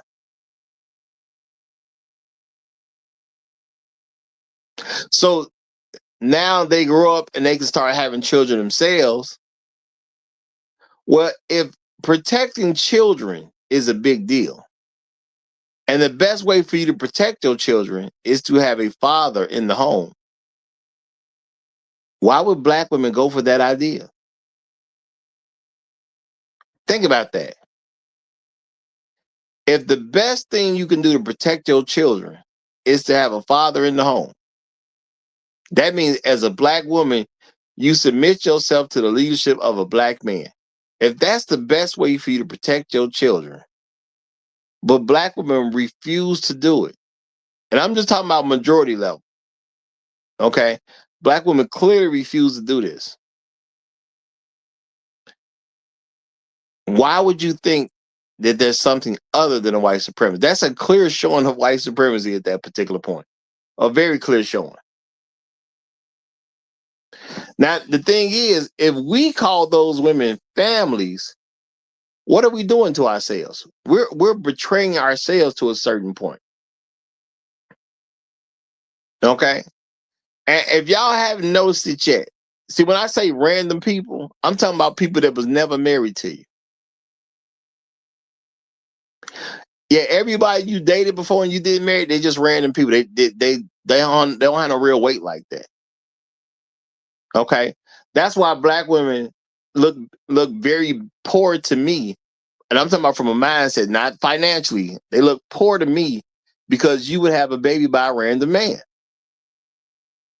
a man that didn't really mean anything to you. What do you think about yourself if you're willing to have a baby by a random man? What are you communicating to me as a man that I'm supposed to feel great about you, yet you had a baby by a random man? And I've told y'all before, when I was young, I dated single mothers. Okay? I understand the mindset of these women. You know, a lot of people think they're terrible because they're single mothers. No, it's who they are is what made them a single mother. And a lot of them just have not changed. They just haven't. You know? Which is why, unfortunately, I had to say that single mothers, in most cases, just be reserved for target practice. That's all. You know, you have your fun with them and you leave them alone. Most of them should be reserved for target practice. Now, women want you to say that, you know, well, y'all should, you know, encourage guys date the single mother. Why? Most of y'all ain't no good. I'm gonna just keep it real. You know, most single mothers ain't no good.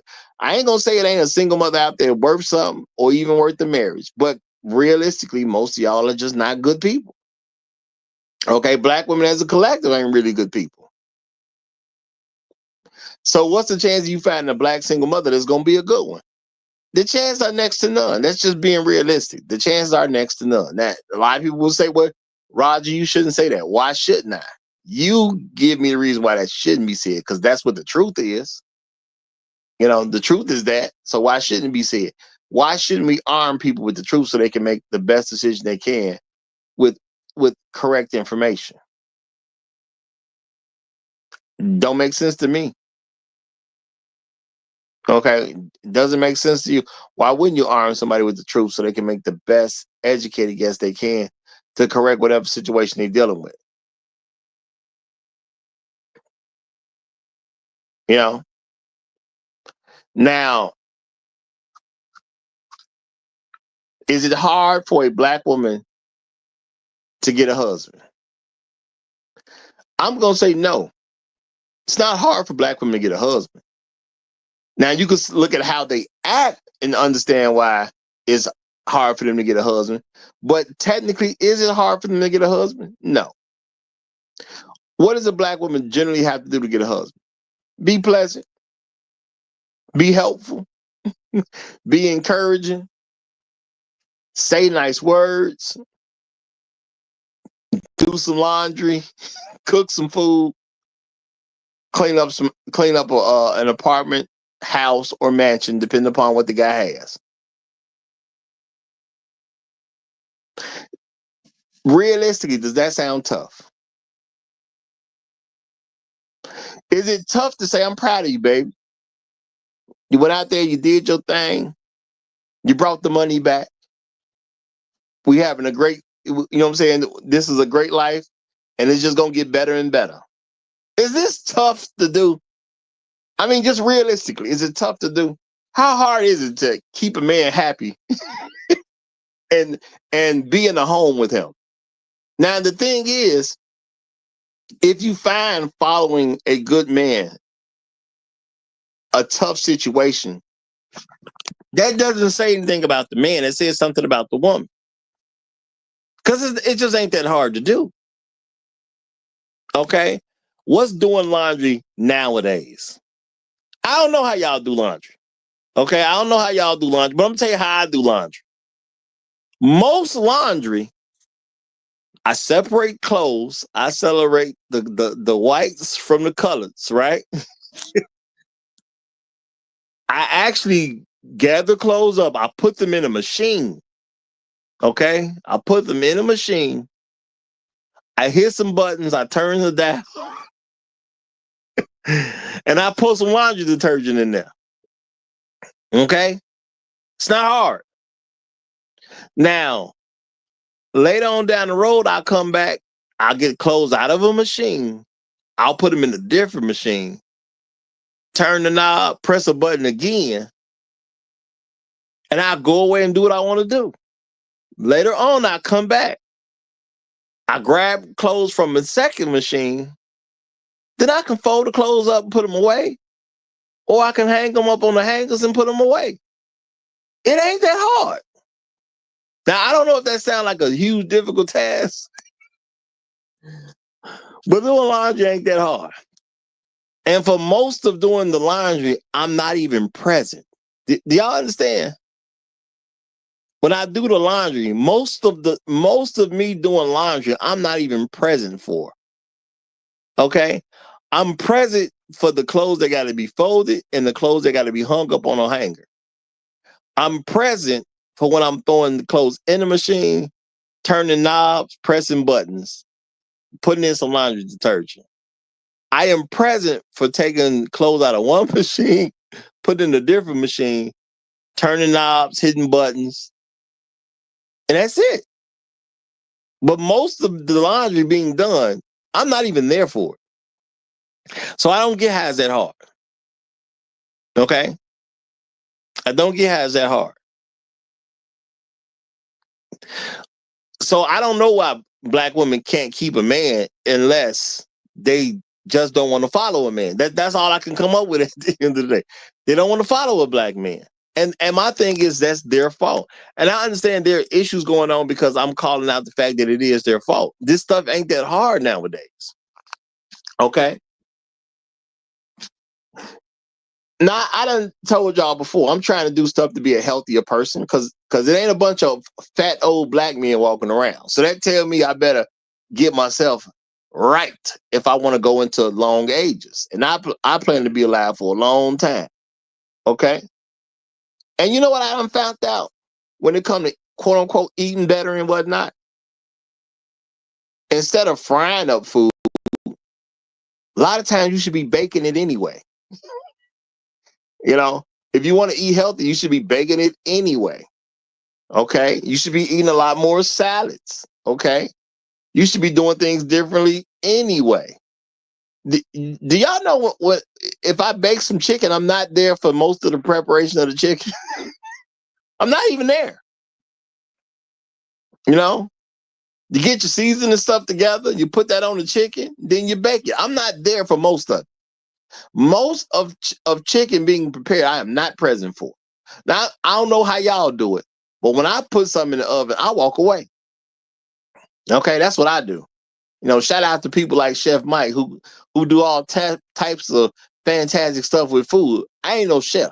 Now, I know how to cook food, but I ain't no chef. I'm going to put my seasoning on my chicken, I'm going to put it in the oven, and I'm going to walk away. That's what I'm going to do. I ain't never sat there in the kitchen watching something cook. Okay? All right? I'm just not there. I'm not present for most of it. Okay? So when women say they can't cook and they act like cooking is this super hard task, I just don't know how to understand it because I do cook and I don't have to do the work that they act like needs to be done. It don't take that work when I do it. It don't take that type of work when I do it. I'm just gonna keep it real. Just don't take that type of work when I do it. Okay? I don't have to lift heavy logs or anything when I cook. All right. But you got all these women, stuff is just getting easier and easier and easier. And they say all this crazy stuff and like they can't keep a man around. Like, how do you not pay a guy some attention when he come home? Okay. The stuff that you would normally do as a regular person, guys appreciate that. A man appreciates a fine meal being presented to him when you get home. He likes that. You were going to make a fine meal for yourself, weren't you? You know? Well, I mean, it is crazy that some women don't even attempt to make a good meal every once in a while. But my point is, it ain't that hard to keep a dude around. It ain't that hard to keep a dude happy. Most dudes ain't looking for that much. Okay? Now, when it comes to black men's leadership, which black women clearly reject at such high levels, let's think about black men's leadership for a second. What is he really asking y'all to do? Put on some decent clothes so you don't look like everybody should be trying to have sex with you every time you walk out the house. Okay? He'll say that to some version of that to his wife and to his daughters. That's not that hard of leadership to follow. Okay? He's probably going to ask his kids to do well in school. Okay? If you don't know how to do well in school, you come to me with your problem so we can create a situation where we can improve your situation so you're not flunking out. Black men do that on a regular basis. If you just let him know that you're having problems, he'll create a situation where you can get some extra coverage on your stuff, even if he has to become a tutor himself. There's black men who've taught themselves, they've had to study what their kids doing in school so they can see this new way of doing stuff just to tutor their own child. Black men do stuff like this. Okay? There's others where they pay somebody to come sit with their child for a couple of hours a day, tutor their child so their child can make it. Black men do this type of stuff all the time. So why would you not want your child raised by a father unless you hate black kids? See, people don't say stuff like that, but when you start looking at what actually goes on, you can make an argument that black women hate black kids. Why would you not have a father around so he can actually teach his kids how to do schoolwork?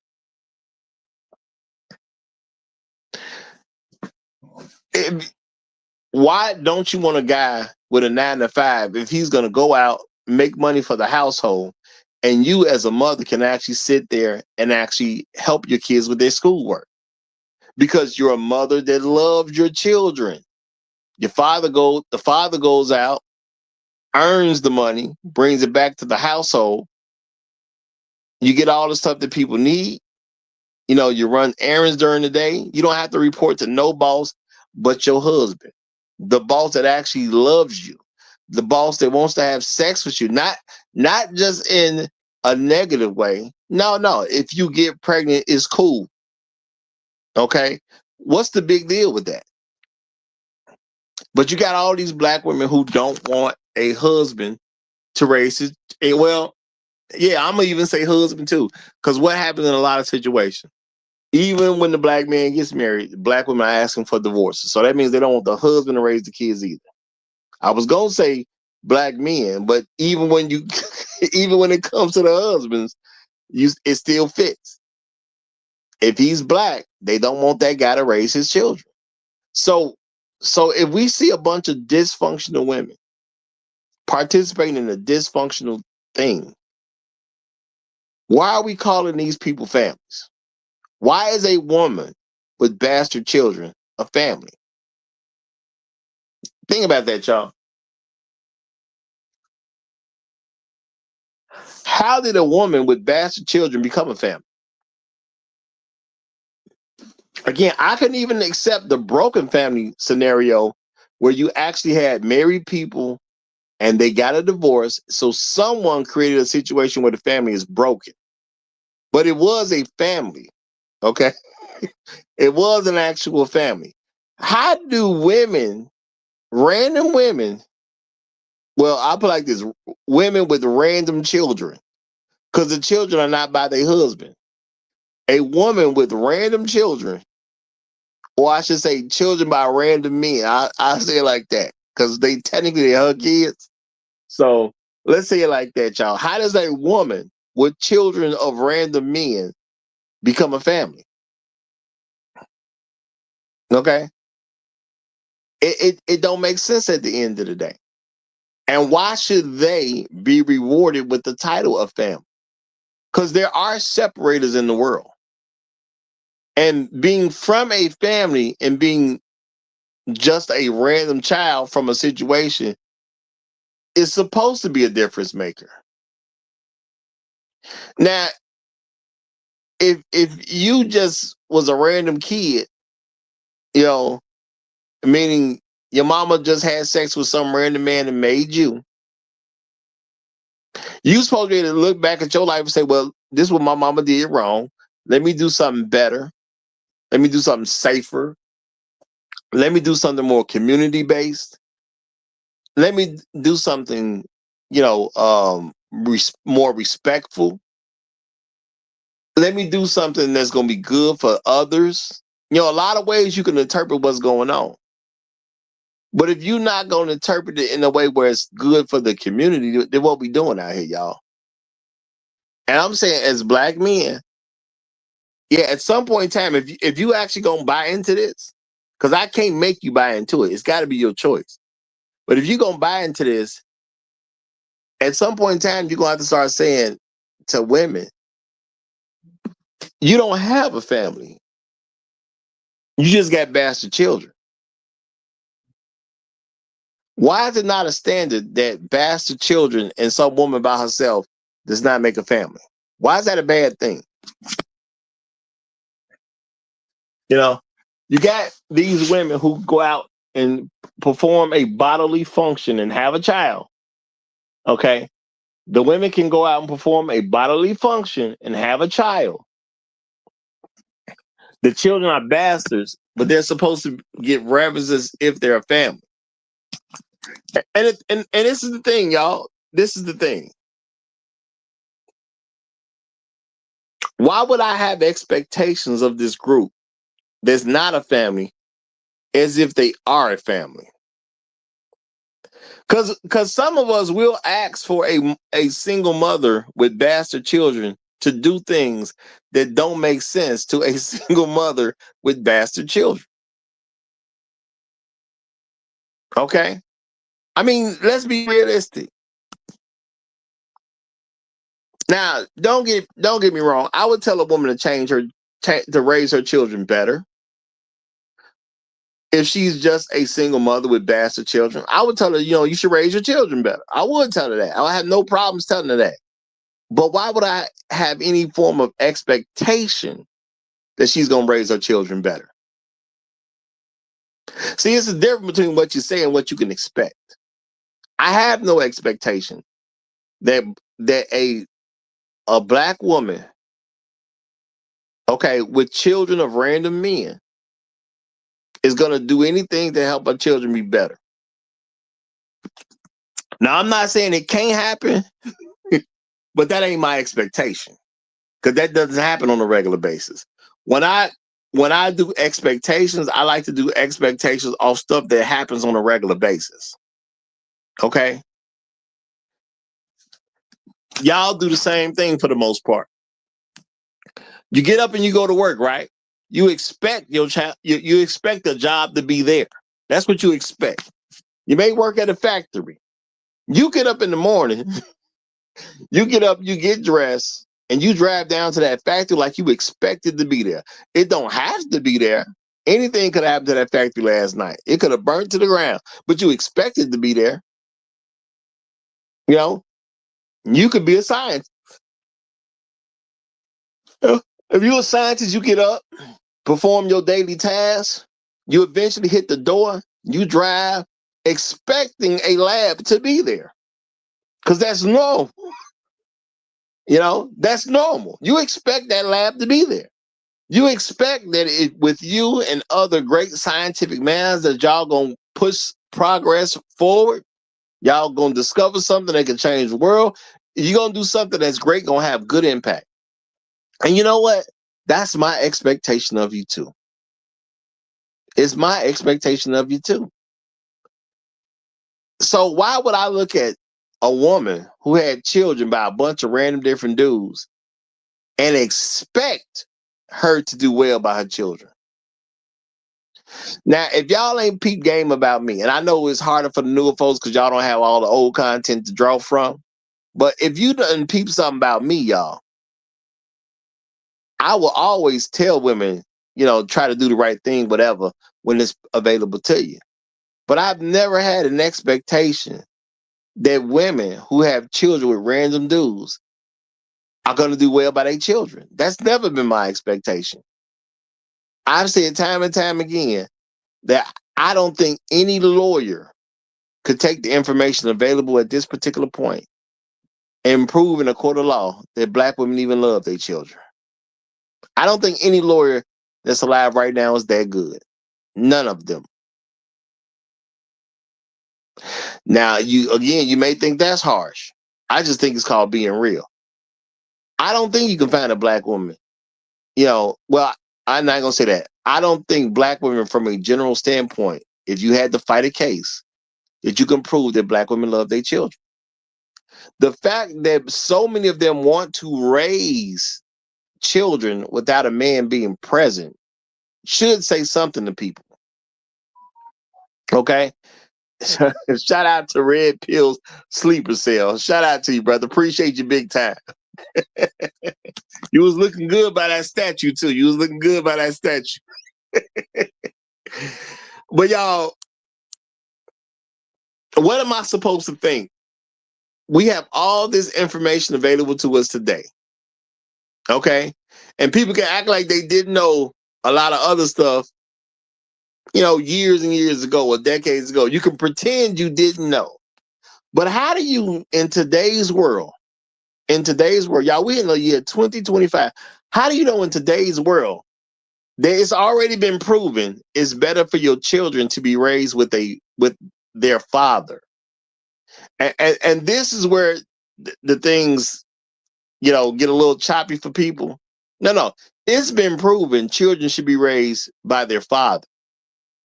Because if they're in a two-parent situation, that means a father is present. And normally that gets better results. If you're in a one-parent situation and the father is the man, then that usually gets better results. So when it comes down to it, at this particular juncture, it is general knowledge that children should be raised by their father. Now, people don't say it that way, but that's general knowledge. Shows social science shows children should be raised by their father. Now, I'm not saying they shouldn't be raised by their mother. If their mother is there, that's even better. But children should be raised by their father. And you got a community of black women who do everything they can to make sure that's not going to happen. And we act like that's a good thing for some reason. That ain't no good thing. Okay? There's nothing good about that. Why is it that black women have such an issue with black men raising their own children? And again, y'all, how do you get pregnant by somebody, but you don't think the guy you got pregnant by should raise his own child? What type of mental gymnastics is that? This particular guy is good enough to impregnate me, but this particular guy is also not good enough to raise my children. Y'all, how far apart are those two ideas from each other? I understand they close, but how far apart are they really? The man that I want to get me pregnant is a man who shouldn't raise his own child. That is something black women do on a regular basis. That's what they say on a regular basis. Remember, y'all, communication is not just verbal. You can watch what they do. You can see their actions. And what black women actions say is, the man I want to get me pregnant should not be good enough to raise his child. Do y'all hear what kind of statement that is? I want to get pregnant by a man who shouldn't raise his own child. Ain't that amazing? I want to get pregnant by a man who shouldn't raise his own child. Okay? Now, shout out to Sarah B. She says, but he gonna change, Roger. He's gonna become an amazing man. Just watch. Now that sounds hilarious because Sarah's a woman, so she knows exactly how women think too, of course. and that's a tire lie that a lot of women's gonna say. But my thing is the mindset you have to have, the mental gymnastics you have to say, I want to get pregnant by a man who shouldn't raise his child. is amazing in itself. Now, do I personally believe that women look at this particular guy and say he's gonna change? No, I don't believe that. It's just, black women say a lot of stuff that just sounds good. Okay. And that's the only purpose of it. It just sounds good in that moment. So I totally get a woman saying that because it sounds good, but that ain't what's real. They're just saying that for the moment because you wouldn't sound right saying, I want to get pregnant by a man who shouldn't raise his child. Think about that. Does that sound right coming out of any woman's mouth? Y'all got imaginations. Imagine a woman saying, I want to get pregnant by a man who shouldn't raise his child. Now, they don't come out and just say it like that, but think about what they say and think about what they do. Think about who a lot of them have to have their kids by because a lot of men won't actually get them pregnant right now.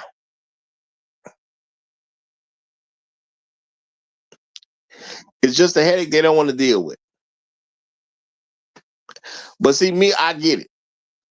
What have white folks always said about black men raising children? Not a good thing.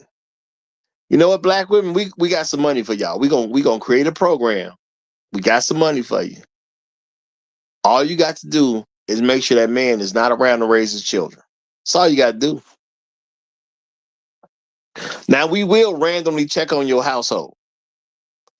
We will put some of y'all off this program and make some examples of you because we need other women to be scared and know what time it is. So we're going to do that too. But one thing we do not want to happen is we don't want black men to raise their children because you might get a child with the backbone. And what are black men with backbones to white supremacists? See, a lot of us, we don't connect those dots. What are black men with backbones to white supremacists?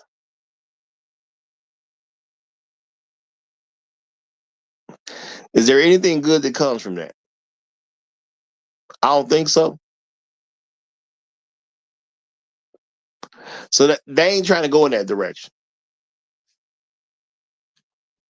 And black women, for the most part, want to be pleasing to white men, even when they had kids. They want to be pleasing to white men. So if you want to be pleasing to a white man and you have a child by a black man, what's the next best thing you could do other than not having a child by a black man at all? And I know a lot of y'all think that women are just making certain decisions. They're not making they're being forced into certain situations. A lot of the women who don't have children, they're in that situation because black men don't trust them enough to give them a child. Now, some of them are going to be on, well, I'm not going to have a child unless it's by a white man. Some of them are going to choose that. I know they're not going to tell you that's what their choice was. They're going to keep that to a secret to a point where maybe they 30 and above. Then they're going to say, well, okay, well, I'll have a baby by a black man because I just want a baby at this point. But if she's under 30 and ain't had no children, yeah, there should be some questions going on. Because as an 18-year-old, once you graduate high school and you had your 18th birthday, what the heck is you finna do out here in the world that's gonna make you a better wife for your husband one day?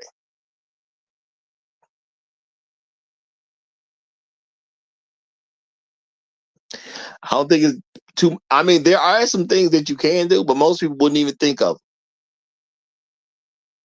Okay, most people wouldn't even think of. It's very little a woman can do after 18 and she graduates high school to make her a better fit for her husband. Ain't really much you can do. All right. So black men got to take it as there is no actual loss in this situation. The black women who refuse to have a baby by a black man, I mean, they're not married and they don't have children. And they've made it 30 years old, y'all. Is that a good prospect for anybody? Now, if you're a white supremacist, yeah, because it's cool because white supremacy don't really validate women like that anyway when they're black. Now, they're gonna value their white woman because it's part of white supremacy, of course. The black women are gonna value the white supremacists because as long as they get to participate with other white supremacists, they feel happy and comfortable and glad. The issue only really comes into play when it's a black man who got the black woman pregnant. So now you have this black child that white supremacy never wanted you to have in the first place. And I get it. Some women gonna have that baby because they're gonna get, that baby fever, as people would call it. But they understand, in order to keep my white man pleased, I was never supposed to have this baby. So I need the white man's permission, or put like this, I need the white man's forgiveness is a better word. I need the white man's forgiveness for having a black baby. Okay? I need white supremacist forgiveness for having this black bastard baby. Now, that's what they show based on actions. They don't come out and say this stuff to us, but they do show it based on their actions. So why are we calling these women families? Now, we can't control what everybody else gonna call them, but let's keep it real. We're a very unique group, and a lot of people pick us to do stuff because they just like us. Okay? It just is what it is on that note. We're well like that. As a black woman, though, why don't you want that man in the house? Because if you have the black man in the house being a leader, you are signaling to white supremacists that they can't really trust you. Yeah, I know that's hard for people to conceptualize, but you are ruled by your subconscious, not your conscious. Your conscious mind does do different things here and there. But think about how you live your life. What makes most of the decisions that you make? Do you make more subconscious decisions or do you make more conscious decisions? Think about that, y'all. Do you make more conscious decisions or do you make more unconscious decisions? The majority of your day, you're going to spend making more unconscious decisions than you're going to make conscious decisions.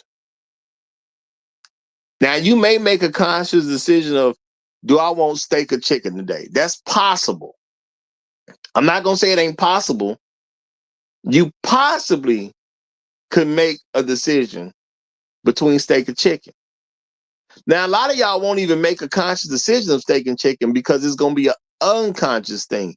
You got steak in the fridge and you got chicken in the fridge. So you're just going to go to your fridge, grab one thing, make that thing. You might be talking on the phone, doing all kinds of other stuff. You might be listening to some program. And next thing you know, it's dinner time and steak is ready. You don't even remember how you did it. You don't even remember seasoning the steak. You don't remember doing too much anything. You may have pulled out some steak sauce. You don't even remember that. But is you ready to sit down and eat?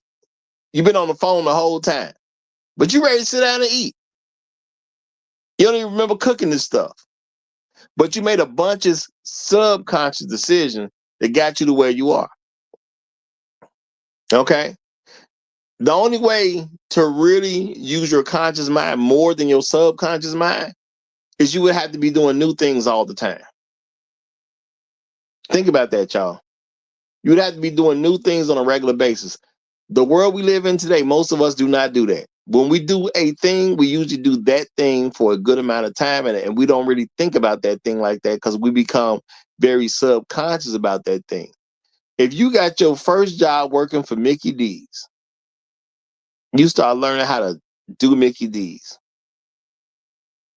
There's a lot of other stuff that you didn't learn because they understand they're going to deal with a society where you got all this different stuff and they're going to make it work together as best they can. Now, they still going to try to get you to a certain degree, but they still gonna try to make it better as best they can, where they make the most profits. So at the end of the day, as a man, you can perform a lot of things in this world. You can perform a lot of things with your wife and your children, but a lot of women just don't want to deal with that man calling shots. So she's gonna move in her subconscious mind the same way you move in your subconscious mind. If you do the same job on a regular basis, you're gonna do a bunch of subconscious stuff. You're gonna do a bunch of subconscious stuff. Now, women are also gonna do some subconscious stuff. But part of Black women's collective subconscious is Black men shouldn't raise their children. So we're going to do a whole bunch of stuff to make sure that there's no reason for this guy to raise children.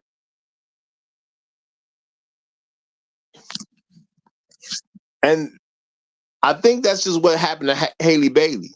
She just made a subconscious decision that she's a Black woman. I had a child. I get to raise my child. I don't need the man involved. And it's not even a money situation because I'm rich too. I'm rich. What I need that nigga for? What do I need that nigga for? I'm already rich. Heck, I was a little mermaid. Okay? I was the little mermaid. What could some nigga tell me? What could some nigga teach my child? I'm the little mermaid. Screw that nigga.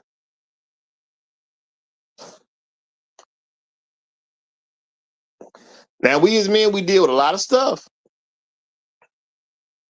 Okay? We deal with a lot of stuff. All right? As a man, you go out into the world, you get your first apartment, you have a place to create a family. All you need at that point is a Black woman who is decent, not a superstar, not some fine. And a lot of guys, they'll argue this stuff. Y'all be trying to look for these super fine. No, they don't. The average guy does not look for no super fine women. Now, I'm not going to lie. I have a time or two myself. But it ain't like I just reject all other regular women. I ain't never rejected regular women because I want some super fine women. I'm gonna shoot my shot at her too. And y'all know what happens when you shoot your shot at a bunch of super fine women? Most of them are already in a relationship. It is what it is. They're not the easiest to pull because they're normally actually in a relationship. It's hard to catch them single. I'm just gonna keep it real. It's hard to catch them single. Have I caught some single? Yes, but it's hard to catch them single. And that's just real talk because they do get a lot of attention. And that just is what it is. Did I catch them because I'm confident? No. I caught them because I spoke to them. It wasn't quote unquote confidence. It's just I was at the right place at the right time and they were single. Okay? It is what it is. Okay? It is what it is. I just happened to ask before somebody else happened to ask. That's all it is at the end of the day. Okay? No, I wasn't special. I didn't have a bunch of flashy stuff or nothing like that. I just said something at the right time. And that's how most guys get them. You just say something at the right time. They ain't got standards like that either. I know a lot of us want to push the idea that super fine women going to have all types of standards. They don't. And I understand y'all see women on the internet right now talking about what their standards are. They don't, that's not standards. That's just something people like to say on the internet. There is no actual record. Okay, let's keep it real. There's no actual record that Black women wanted you to have all this stuff to actually get them. They are willing to extract from any man that they can extract from. So if you're a rich man, they would love to extract riches from you. I'm not going to say that's a lie, but there's no actual record out there where as a Black man, you needed a bunch of stuff to get Black women because they've never had a standard. That's why when you start looking at who they got pregnant by and it don't add up to you, which is also more proof that they don't have standards. Heck, Black women chase men that's literally in prison. That is not the mark of women who have standards. The thing is, though, because they don't have, it probably helps inform them that they shouldn't actually have a man that's worth following. They probably shouldn't go after a man who's doing something with himself. You know, I don't have any standards. So if I have a baby by a black man, why would it be important for my baby to be around him as my child grows up? You know, whether it's male or female, it doesn't make a difference. Why would my child need to see him as an important figure? Because to me, he was just some nigga to have sex with. Whether he was tall or short, he was just some nigga to have sex with. All right? Whether he made a lot of money or made little to no money, he was just some nigga to have sex with. And I've told y'all before, even though I know it's hard to accept, when a woman decides she wants a baby, that's what she gonna do. It's women who are married and their husband done told them, ain't no more kids, it's over with. And they done went out and got pregnant by some other man.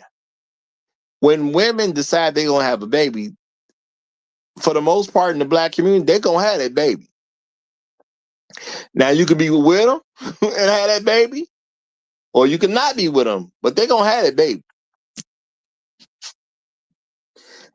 And y'all may say, well, that sounds crazy. Why would some woman just have a baby, you know, and she not married? Or if her husband tell her no to having the baby, she gonna do it anyway. Because they don't have no standards themselves. So it don't make a difference what nigga get them pregnant. Because that's all you are to them. It's just some nigga. It doesn't make a difference what nigga gets them pregnant. Okay? Because he a nigga. You know? Now, a lot of y'all may say, hey, well, you know, black women don't think like that. Okay, right. Okay. Now, it could be a positive version of that because they will get pregnant by any random white man. Any white man will do.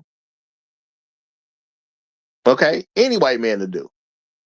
Now, that's a positive way of viewing the situation. Well, I want to get pregnant, but I want a positive outcome. Let me get pregnant by a white guy. Now, if she can actually pull that off, she good. And the thing is, y'all, even though it don't happen as much as it could happen, because I promise y'all it could happen way more. Wait till y'all figure out. Well, I mean, wait till y'all see that a lot of white men just gonna start giving black women children because they're gonna figure out that they don't have no responsibility to worry about. You know, when they see black women ain't gonna go after them for child support, they're gonna have more babies with black women.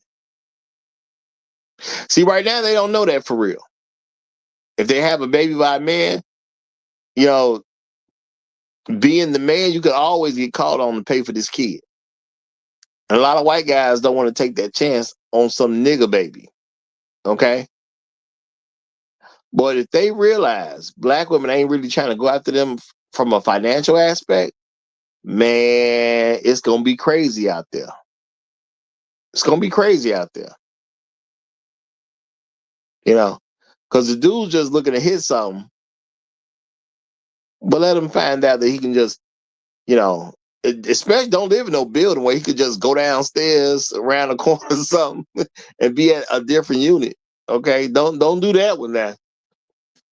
You know, because see, as long as white men don't got to take care of black people, they never really had a problem impregnating the right woman. I mean, a black woman. They never really had that as a problem. Things are an issue if they got to take care of the baby. See, white men don't mind it, you know, and I'm just saying from what we can tell from a historical standpoint, white men ain't never had an issue walking away from a nigga baby. Okay? But the thing is, they got to make sure they can walk away from that nigga baby. And it ain't out there like that. Or nobody comes back to sue them later, messing up whatever political plans or whatever plans they had. Okay? So when a lot more white men find out, oh, well, you know, I could just go mess with these black women, even if I get her pregnant, it won't matter because she'll never put that baby on me. They're gonna just participate more. And I know I don't get it, but I know a lot of black men, when I hit social media and stuff like that, you know, a lot of y'all lean into white men rejecting black women. Okay? A lot of y'all lean into that. Why is that important? I don't think it is, because my mindset is, if I have to wait for the black woman to reject the white man, then I don't want her no way. If you have to first be rejected, well, she has to get rejected by the white man to settle for black men. I don't think that type of woman is good. That's black man. Somebody who gonna be able to make you gonna, as a black man, be able to make a good life with.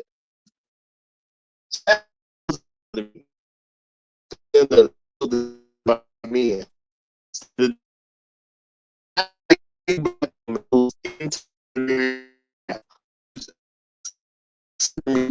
Of white me a brother that man, I don't think so.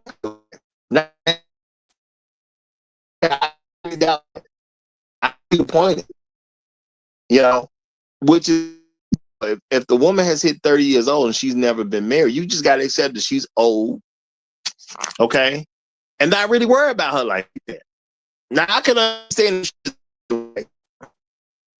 a 30-plus-year-old black woman should never be anybody's first wife. Because why?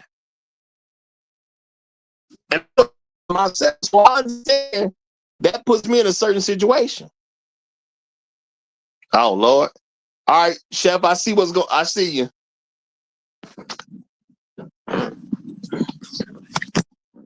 I'm trying to make some adjustments, y'all.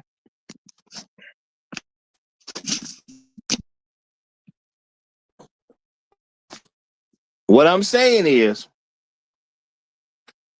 I don't think, you know, when men lean on the fact that black women can't get a white man,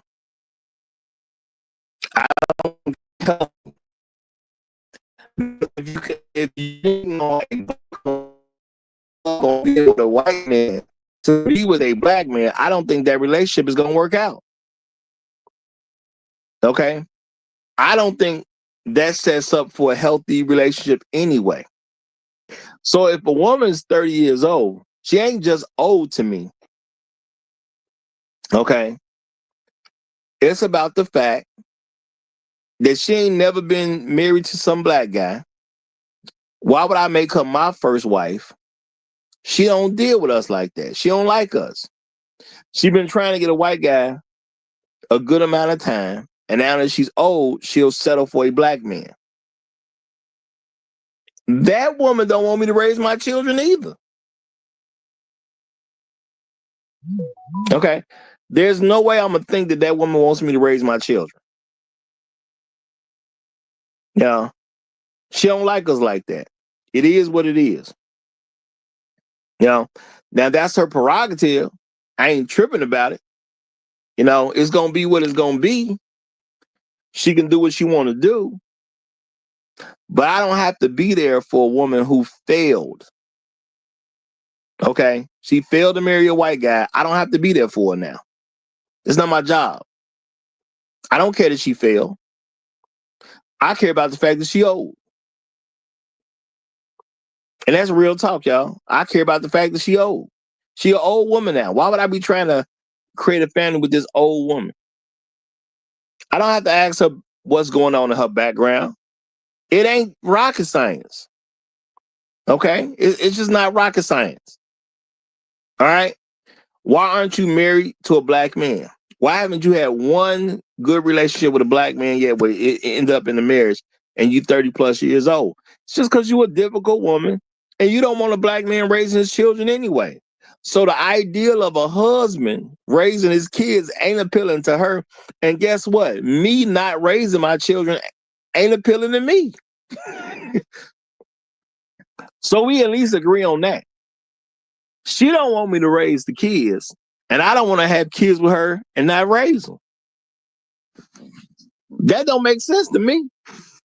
So therefore, I'm never gonna say a black woman with random children is a family. And y'all, we gotta cut this out. We gotta start saying something about this stuff. You're never gonna get a different result if you refuse to do things differently. It comes with the territory. All right. We set the standards. Do you accept as a black man that you actually set the standards? Or do you accept that everybody else tell you what the standard is? Think about that, y'all. As black men, are we going to collectively accept that other people should tell us what our standards are for our community? Or should we set our standards? Because I'm on the side of we setting the standards. If a women don't like what our standards are, tough. Who cares? So what? What difference does it make? She just don't get to be a part of the community. That's all there is to it. So you got to start calling out these dysfunctional people that don't belong to us. Okay, they're not my responsibility. Their survival is not my concern. If anything, their survival just creates more problems for me. If you really want to be funky with it, their survival just creates more problems for me. I don't need them around. Now, I'm not saying I want people to attack them or hurt them or something like that. That's not what I'm saying. I'm just saying realistically, I don't want them around in the first place. You know, and a lot of women are saying stuff like, y'all need to protect us. Protect who from what? You're not married to any man I respect. None of them. All these men I respect out here, you ain't married to none of them. Why do you need protection? Women keep claiming they're equals to us. And y'all definitely need to stop justifying that. But since you can do equal work, I'm not going to say women are equal, but in America, you can do equal work. There's no avenue I got that women can't use. As a black man, once graduation from high school has happened, and once my 18-year-old birthday, when those two things came together, just like for every other black man, the women had the same decisions they could make that I could make. I could choose to go to the military. That's available to them. I could choose to go to college or some trade school. That's available to them. I could choose to go get a job. That's available to them. I can choose to start a business. That's available to them. There's nothing that was in my realm of availability that was different than theirs. Everything I could do for myself, they could do for themselves. So why would I lead somebody who see me as they equal?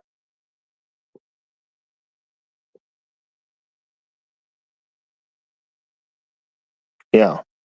If I'm going to go through all that, I'm going to lead somebody who understands that I'm in charge and they're not trying to challenge me. They're going to try to look out for me. And there's a huge difference between looking out for a person and challenging a person. All right. I've said in the past, if I call a woman that's supposed to be my woman, she's supposed to be my woman. That's what the claim is. The claim is she my woman. If I call her and say, go to your sister's house after work, then she just goes to her sister's house. Now, if she wants to know why, I'm not saying that's a terrible thing, but the answer doesn't change her decision. If she's my woman and I say go to your sister's house after work, that means she's going to go. If she asks why, if she's asking in the correct context, she's not challenging me. She's just trying to find out the reasoning she's going to be going to her sister's house. Yeah, did y'all get what I'm saying there? She's just looking for the reason she's going to her sister's house. If she's challenging me, she's asking why, to see if she should go to her sister's house based on what the information I present to her is. That's a whole different thing.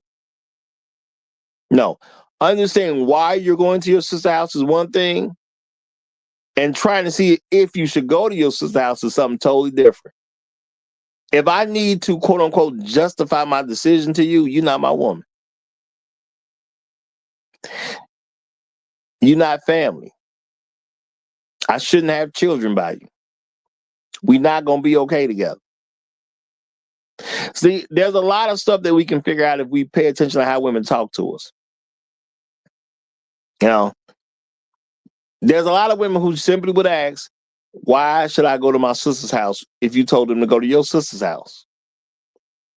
And the thing is, they're going to base their decision on the reason that you give them. If you give a good enough reason, they'll go to their sister's house. If the reason ain't good enough, they're going to not go to their sister's house. That is the wrong woman to marry. And that's a woman telling you she doesn't want you around when she has children. Think about it, y'all. If a black woman doesn't want your leadership when there are no children involved, why would you assume that she wants you to be a leader of her children?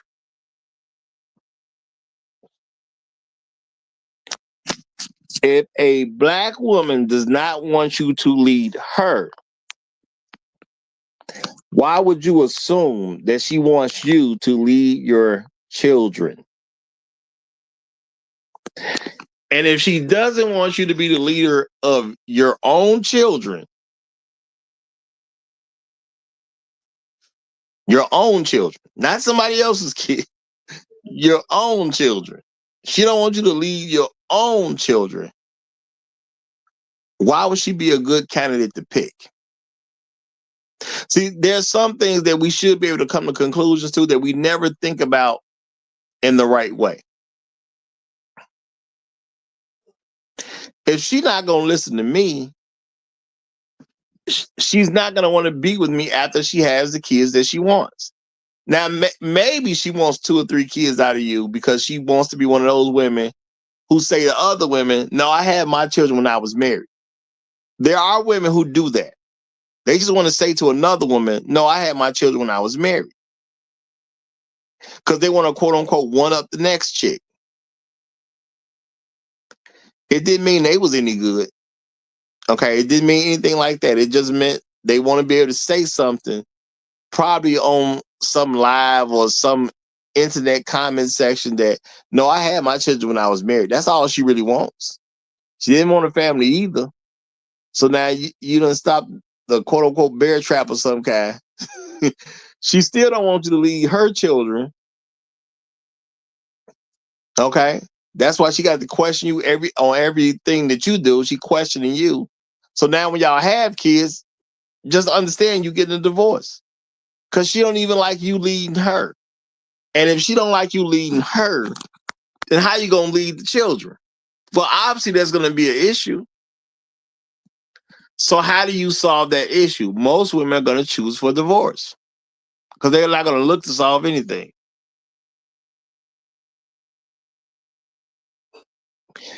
That's the world I know. That's the world I see.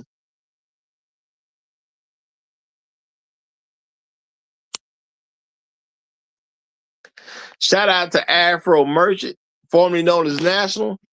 He was saying this to Mr. Suge to you, y'all, but I think this is something here. He said, I think you raised a good point on wanting to experience the full spectrum baby mama and wife. Sounds crazy, but those women are indeed crazy. Laugh out loud. Now, I'm going to say not from a clinical sense. I'm not calling these folks crazy from a clinical sense. But I am going to say this, y'all. There are women who want to be able to simply brag to other women that they did something that other women can't seem to do.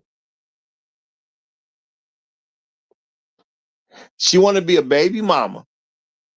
Then she wants to be a wife because she want to be able to say that most of you baby mamas ain't gonna never be a wife, or most of you women ain't gonna never be a wife in general. So I was able to become one, even though I'm a baby mama. Now, she may do this before she becomes a baby mama, but still, it's about bragging that, oh, I didn't have any kids that, if I wasn't married to their father. That does not mean she's going to stay with the father. That does not mean she wants the guy leading his own children. It's just a fancy way to say, no, I'm better than you. Because that's what women do on a regular basis. No, I'm better than you. That's just where the world is. Now, do we have to participate in that as black men? No, we do not. We should be acting like it's a real world out here and we're going to deal with real world consequences if we don't make the right call. So is a woman valuable if she doesn't understand a man should be raising his children? A lot of people say certain things about single mothers, but if you just put the right things together when it comes to single mothers, you don't have to convince nobody not to date them. The answers speak for themselves. Okay, the answers speak for themselves.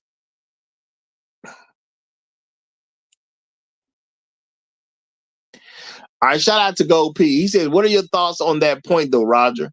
She achieved marriage even though she was a baby mama, or is a baby mama. See, this is the thing. As a black man, you can always forgive a woman. Okay? It's a biblical thing not to condemn people anyway. So just because she did become a baby mama does not mean she ain't gonna necessarily get married. A lot of that is gonna vary into when did you have the baby, how old the kid is, who is the father of the child? Is he in the child's life? Is he not in the child's life? There's a bunch of variables on that stuff anyway. But see, this is the thing. If a man gives you a chance to be his wife after you've had a child, okay, even though you was a baby mama, the thing is, will the woman reverence the man the way she should? That's the thing.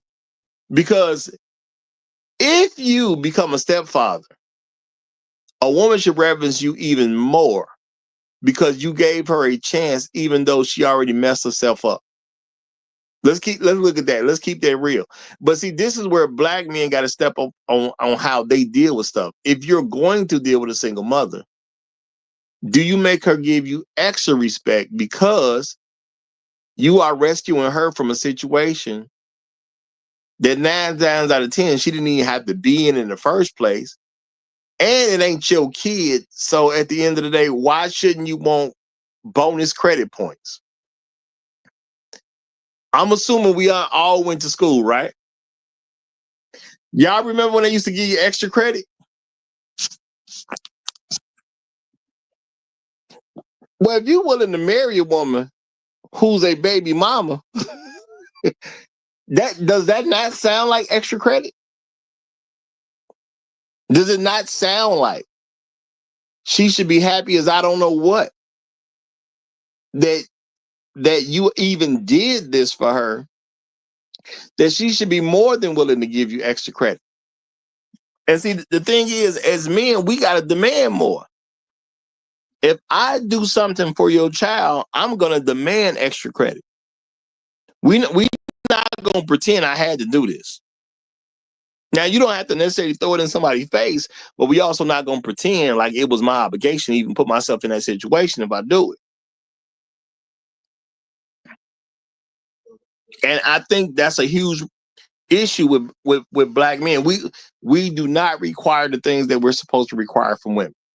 We don't require a woman to speak highly of us, but you should. Why would you be with a woman who doesn't speak highly of you? And I understand that may not be her background. She may not have been raised that way, but she with you now. If she with you, why should she not have to speak highly of you? Why is there never a consequence if she ain't speaking highly of you? If you hear that your woman's not speaking highly of you, how come you don't just take her home? I'm not saying a person can't crack a joke here and there, but your woman should always be speaking highly of you. And let's say you're in a situation, it could just be like a family event. Your woman is not speaking highly of you for some reason. You happen to walk across that way and you hear her saying things that are negative about you. Okay, why don't you put your plate down? Thank everybody for a lovely evening. Get your girl and go home. If there's kids there, get the kids and go home. You got to go now. And guess what you're going to do when you go? You're going to check your woman for not speaking highly of you in public. She is your representative. If you take her on, she's your representative at the end of the day, y'all. That's something you can't get away from. So why should your representative get to talk bad about you in public? Think about that, y'all. Why should your representative get to talk bad about you in public? If you work for Pepsi, all right, if you work for Pepsi and you are in public, let's say you got some slacks on, some dress shoes, you got this company shirt on, polo style shirt with a Pepsi logo on it and all that. You got something a little big in the back. You're representing Pepsi. Okay? You go to a particular location, you are clearly representing Pepsi. Now, if you're at this location saying that you think Coke is better, as crazy as that sound, if you're at a particular location, you're working for Pepsi, you got the slacks on, you got the polo style shirt with the Pepsi logo in the front, maybe something big in the back, maybe it's blank in the back. Don't make no difference. But you clearly work for Pepsi. Like nobody's second guessing who you work for. They see you at some table, you got a display of some kind or whatever. You clearly work for Pepsi. But you are literally representing Pepsi, and somebody says, well, what do you prefer between Pepsi and Coke? And you say Coke is better. Now, maybe a boss is walking by. Maybe he's a high-level person in the company. You don't even know who he is. You expect that guy to be walking by and hear you say, well, I work for Pepsi, but for me, Coke is better. Me and my family, we get Coke. I just work for Pepsi. You expect that boss that's walking by to not fire you? He don't need to know who your name is.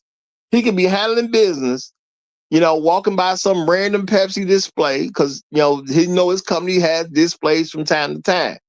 If he a vice president of the company, you have no idea who this person is. Okay, he's a vice president of the company, and he just happened to be in the same location, and boom, there's a display for Pepsi. And he hears you say, well, me and my family, we drink Coke. I just work for Pepsi. You think that vice president ain't gonna fire you? And I get it. Some people are like, he don't even know who you are. You think he can't say you fired and the people around him figure out who you are? You really think that's gonna happen? Now he don't know you.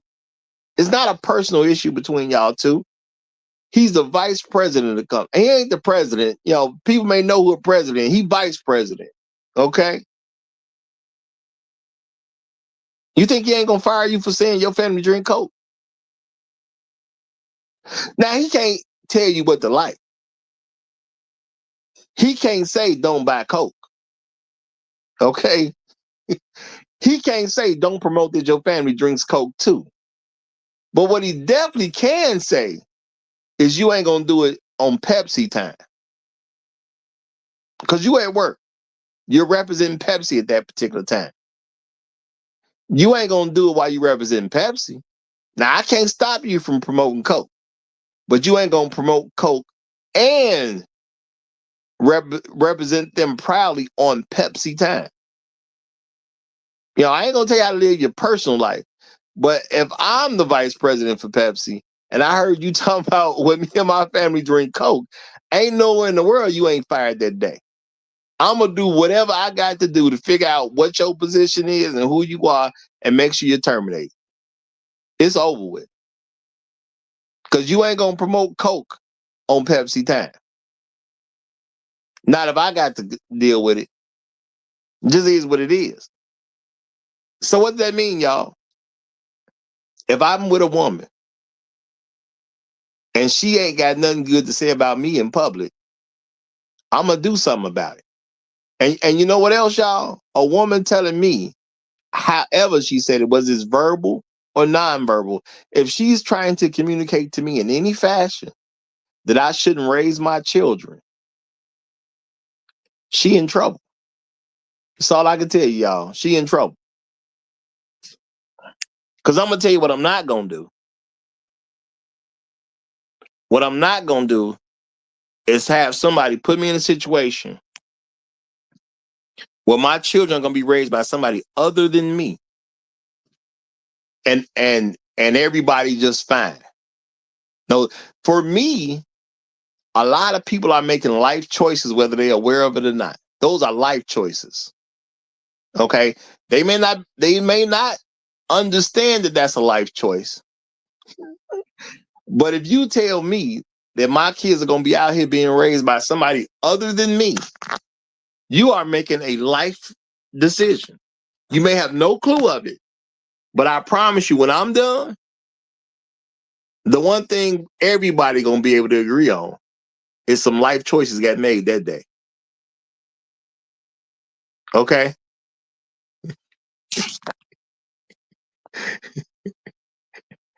Shout out to Gold P, y'all. He said, "You better not fire me, Roger, sir. I have 2 jobs. I work for Pepsi and Coke, sir."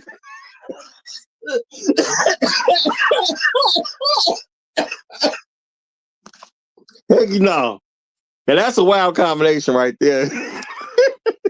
That's a wild combination right there to have 2 jobs.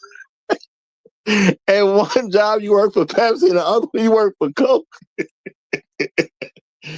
That's hilarious. That's hilarious. But I tell you what, Gold P. Let me hear one word about Coke out of you when you on Pepsi time and see what happened. No, you are getting fired, sir. Okay? You are getting fired, sir. You may get a polite firing, but you're definitely getting fired, sir. No, ain't gonna be no promoting Coke on Pepsi time. Not if I'm running that show. That ain't happening. Okay. Yes, you are getting fired, sir. And you getting fired with the quickness, sir. Okay, real talk. You know, let me find out about it. All right. You know, I don't care what you got shaking, Joe. Let me come across. I'm vice president of Pepsi, and I hear anybody promoting Coke or any other of its subsidiaries. It's over with for you. But you know what? That's how you got to be, y'all. You got to be the ruthless nice guy. Okay? You got to be able to move about life, do what you're supposed to do. And when you come across a bad situation, it ain't personal. It's just business, man. You the vice president of Pepsi. You come across somebody talking about, well, me and my family, we drink Coke. We love Coke, blah, blah, blah. But they on Pepsi time. You shouldn't be thinking twice about firing this person. Why would you think twice about a situation like they literally being paid to go out and represent and do good for Pepsi? And you hear this talking about me and my family, we drink Coke.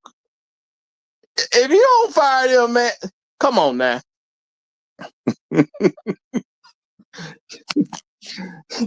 If you promoting Coke on Pepsi time, I'm gonna think you own Coke. Double entendre, y'all. Okay, that's what I'm gonna think. I'm gonna think you own Coke to be promoting Coke on Pepsi time. That's real talk. You must be on Coke. Okay, I don't know how much you drank, but I'm gonna be wondering how much you sniffed. That's real talk. So no, I can't do that. So for a woman to call herself having children by me, but she don't perceive I should raise my children. And if she tries to cause a situation where that's not gonna happen, y'all, those are life choices. Now, if it's my woman or was my woman at a particular point in time, she's gonna be fully aware because I'm gonna be done told her those are life choices. Now, if you want to make them life choices and see how it come out, that's on you at the end of the day. Okay. Y'all, shout out to Gold P. He say, I made a mistake, Roger, sir. Give me a chance to sell this goddamn Pepsi. Man. So now it's a mistake. Okay, now it's a mistake. Okay. All right, cool. You know what happens when people make mistakes, though? Sometimes they get fired. Okay? Y'all, that's real talk right there. Sometimes people do make mistakes, but they get fired. Okay? Now, I know you want to sell this goddamn Pepsi, man. But it ain't happening. Okay? You made a mistake, and now you got to go. Just is what it is. Because you got to be on Coke, promoting Coke at a Pepsi event. You got to be on Coke. Real talk. You know, little of this Coke, little of that Coke. Maybe you went back to the old recipe, but you got to be on Coke to be doing that. So yeah, if I catch you, ain't much to talk about. Okay? Gold P, you rough, boy. He say, Roger is determined to fire, brother. No, man. I ain't determined to fire, brother. But if you talking about Coke at a Pepsi event, no, it's gotta happen, y'all. It ain't personal.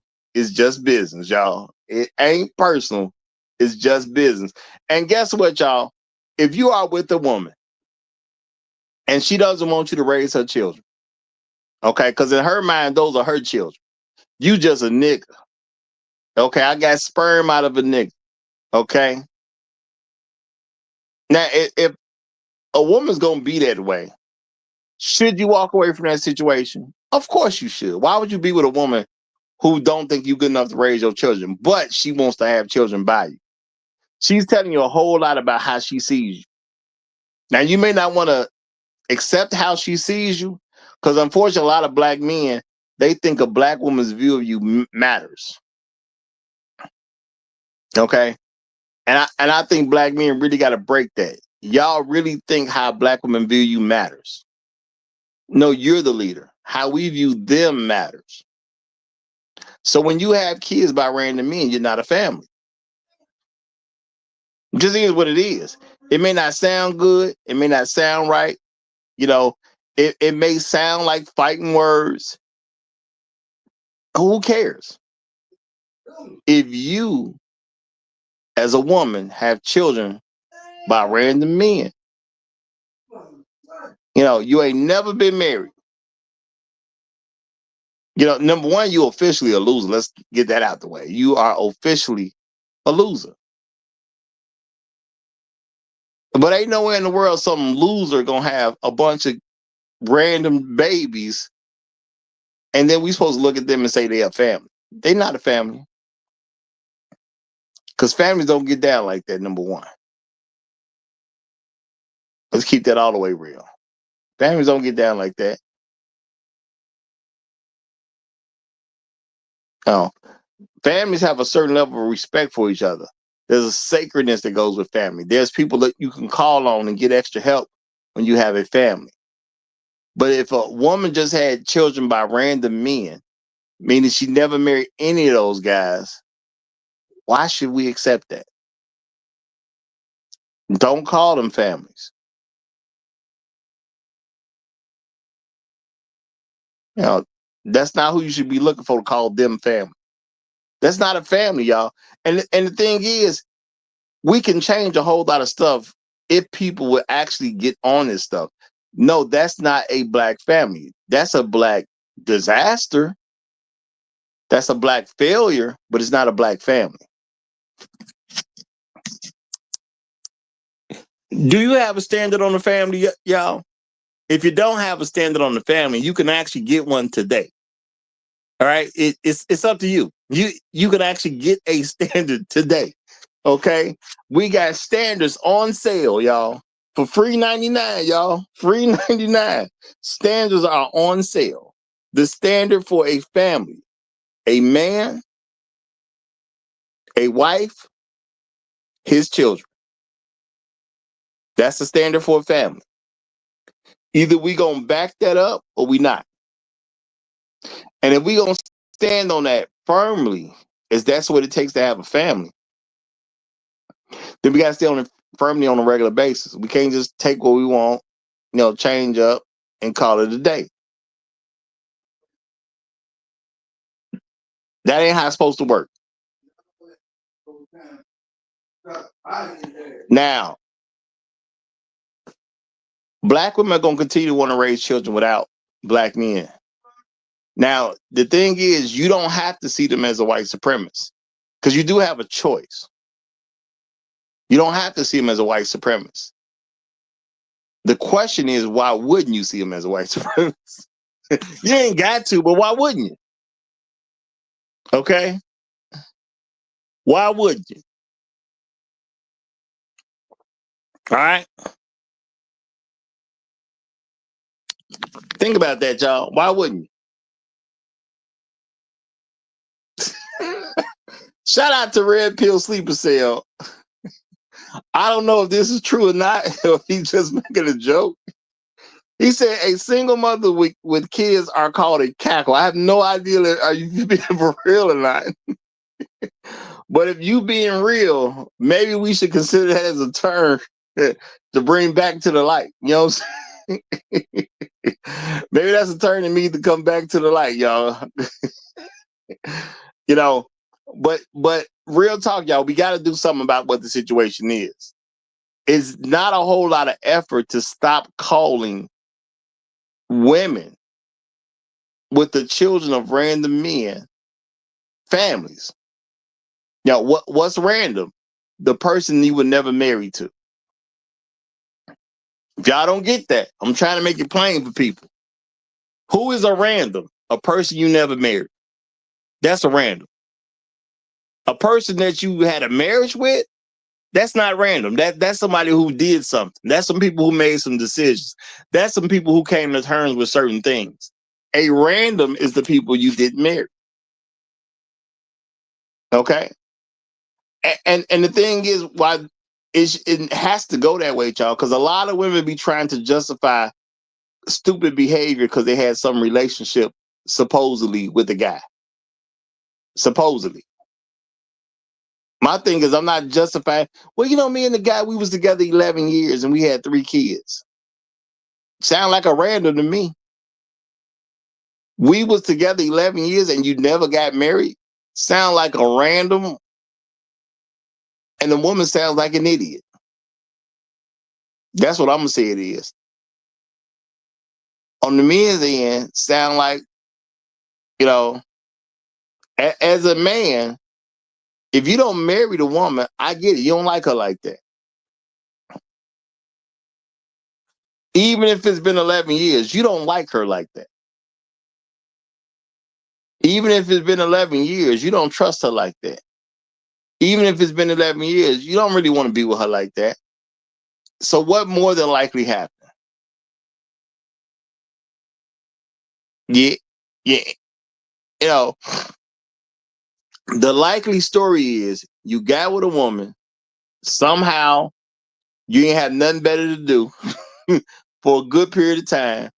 Now you may have had a baby with her, 2 or 3. I said 3 with for 11 years, so I'll let that roll as an example.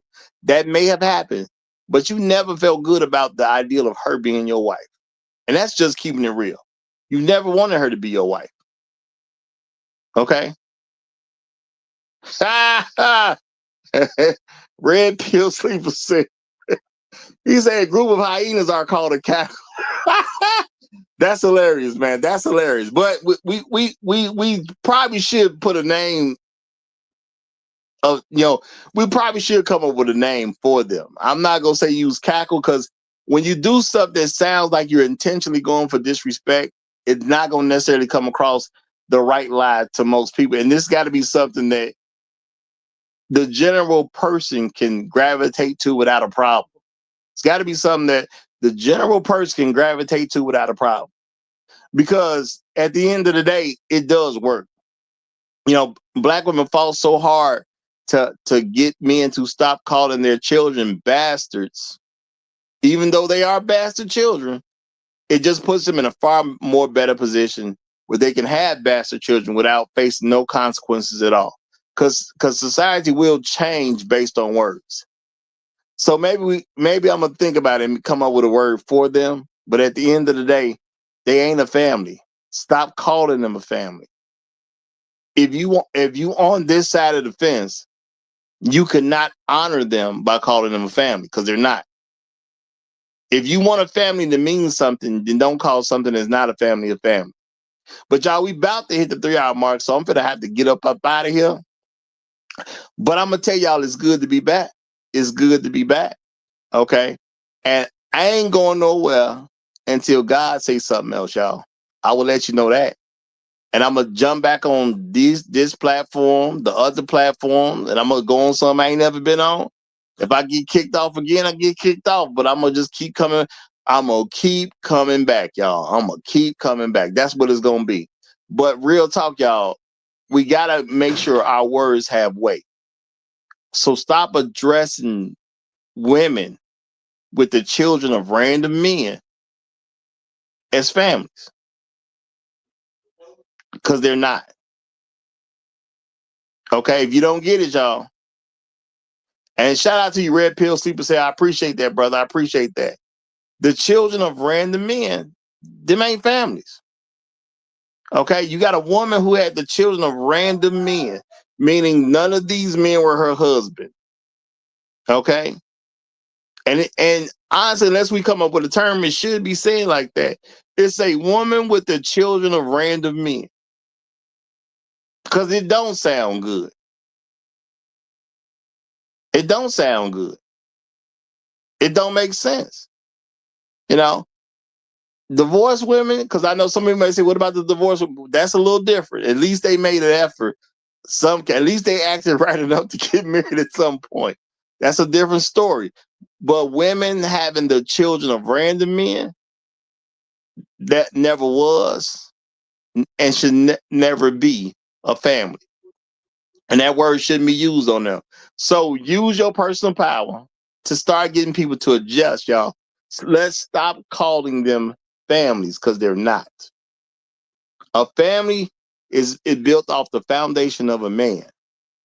A man, he'll get his own place at some point. Okay. He'll get a woman that can become his wife, and they will have children in a marriage. If it ain't that, it ain't family. Okay. If it ain't that, it ain't family. Just is what it is. All right. But I'll be back tomorrow, y'all. I'll be back tomorrow. I already got a few topics ready to go. Sorry for the wait, as they say, y'all. Me losing the channel, blow happened. It happens from time to time. Hopefully it won't happen in the future. That's all I can say every time I get a new channel. Hopefully it won't happen in the future. But I tell you what, I'm going to be there. I'm going to be there. Okay. And before I just started something new, y'all, I did go to the trouble of saying, hey, I did ask to get my old channel restored, because I thought it would be unfair to y'all to not ask. I knew what they was going to say. I knew what they was going to say, but I said it wouldn't be fair to y'all for me not to ask. So I did ask. I waited for my decision, and they told me the decision that I was pretty sure they was going to give me, but I'm back.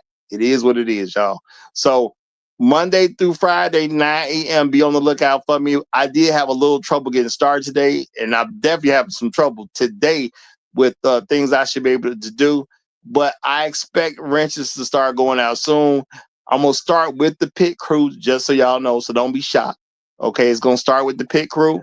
And y'all, if they looking for the Roger Report Live, let them know where we at, y'all. If you're looking for the Roger Report Live, let them know where we at.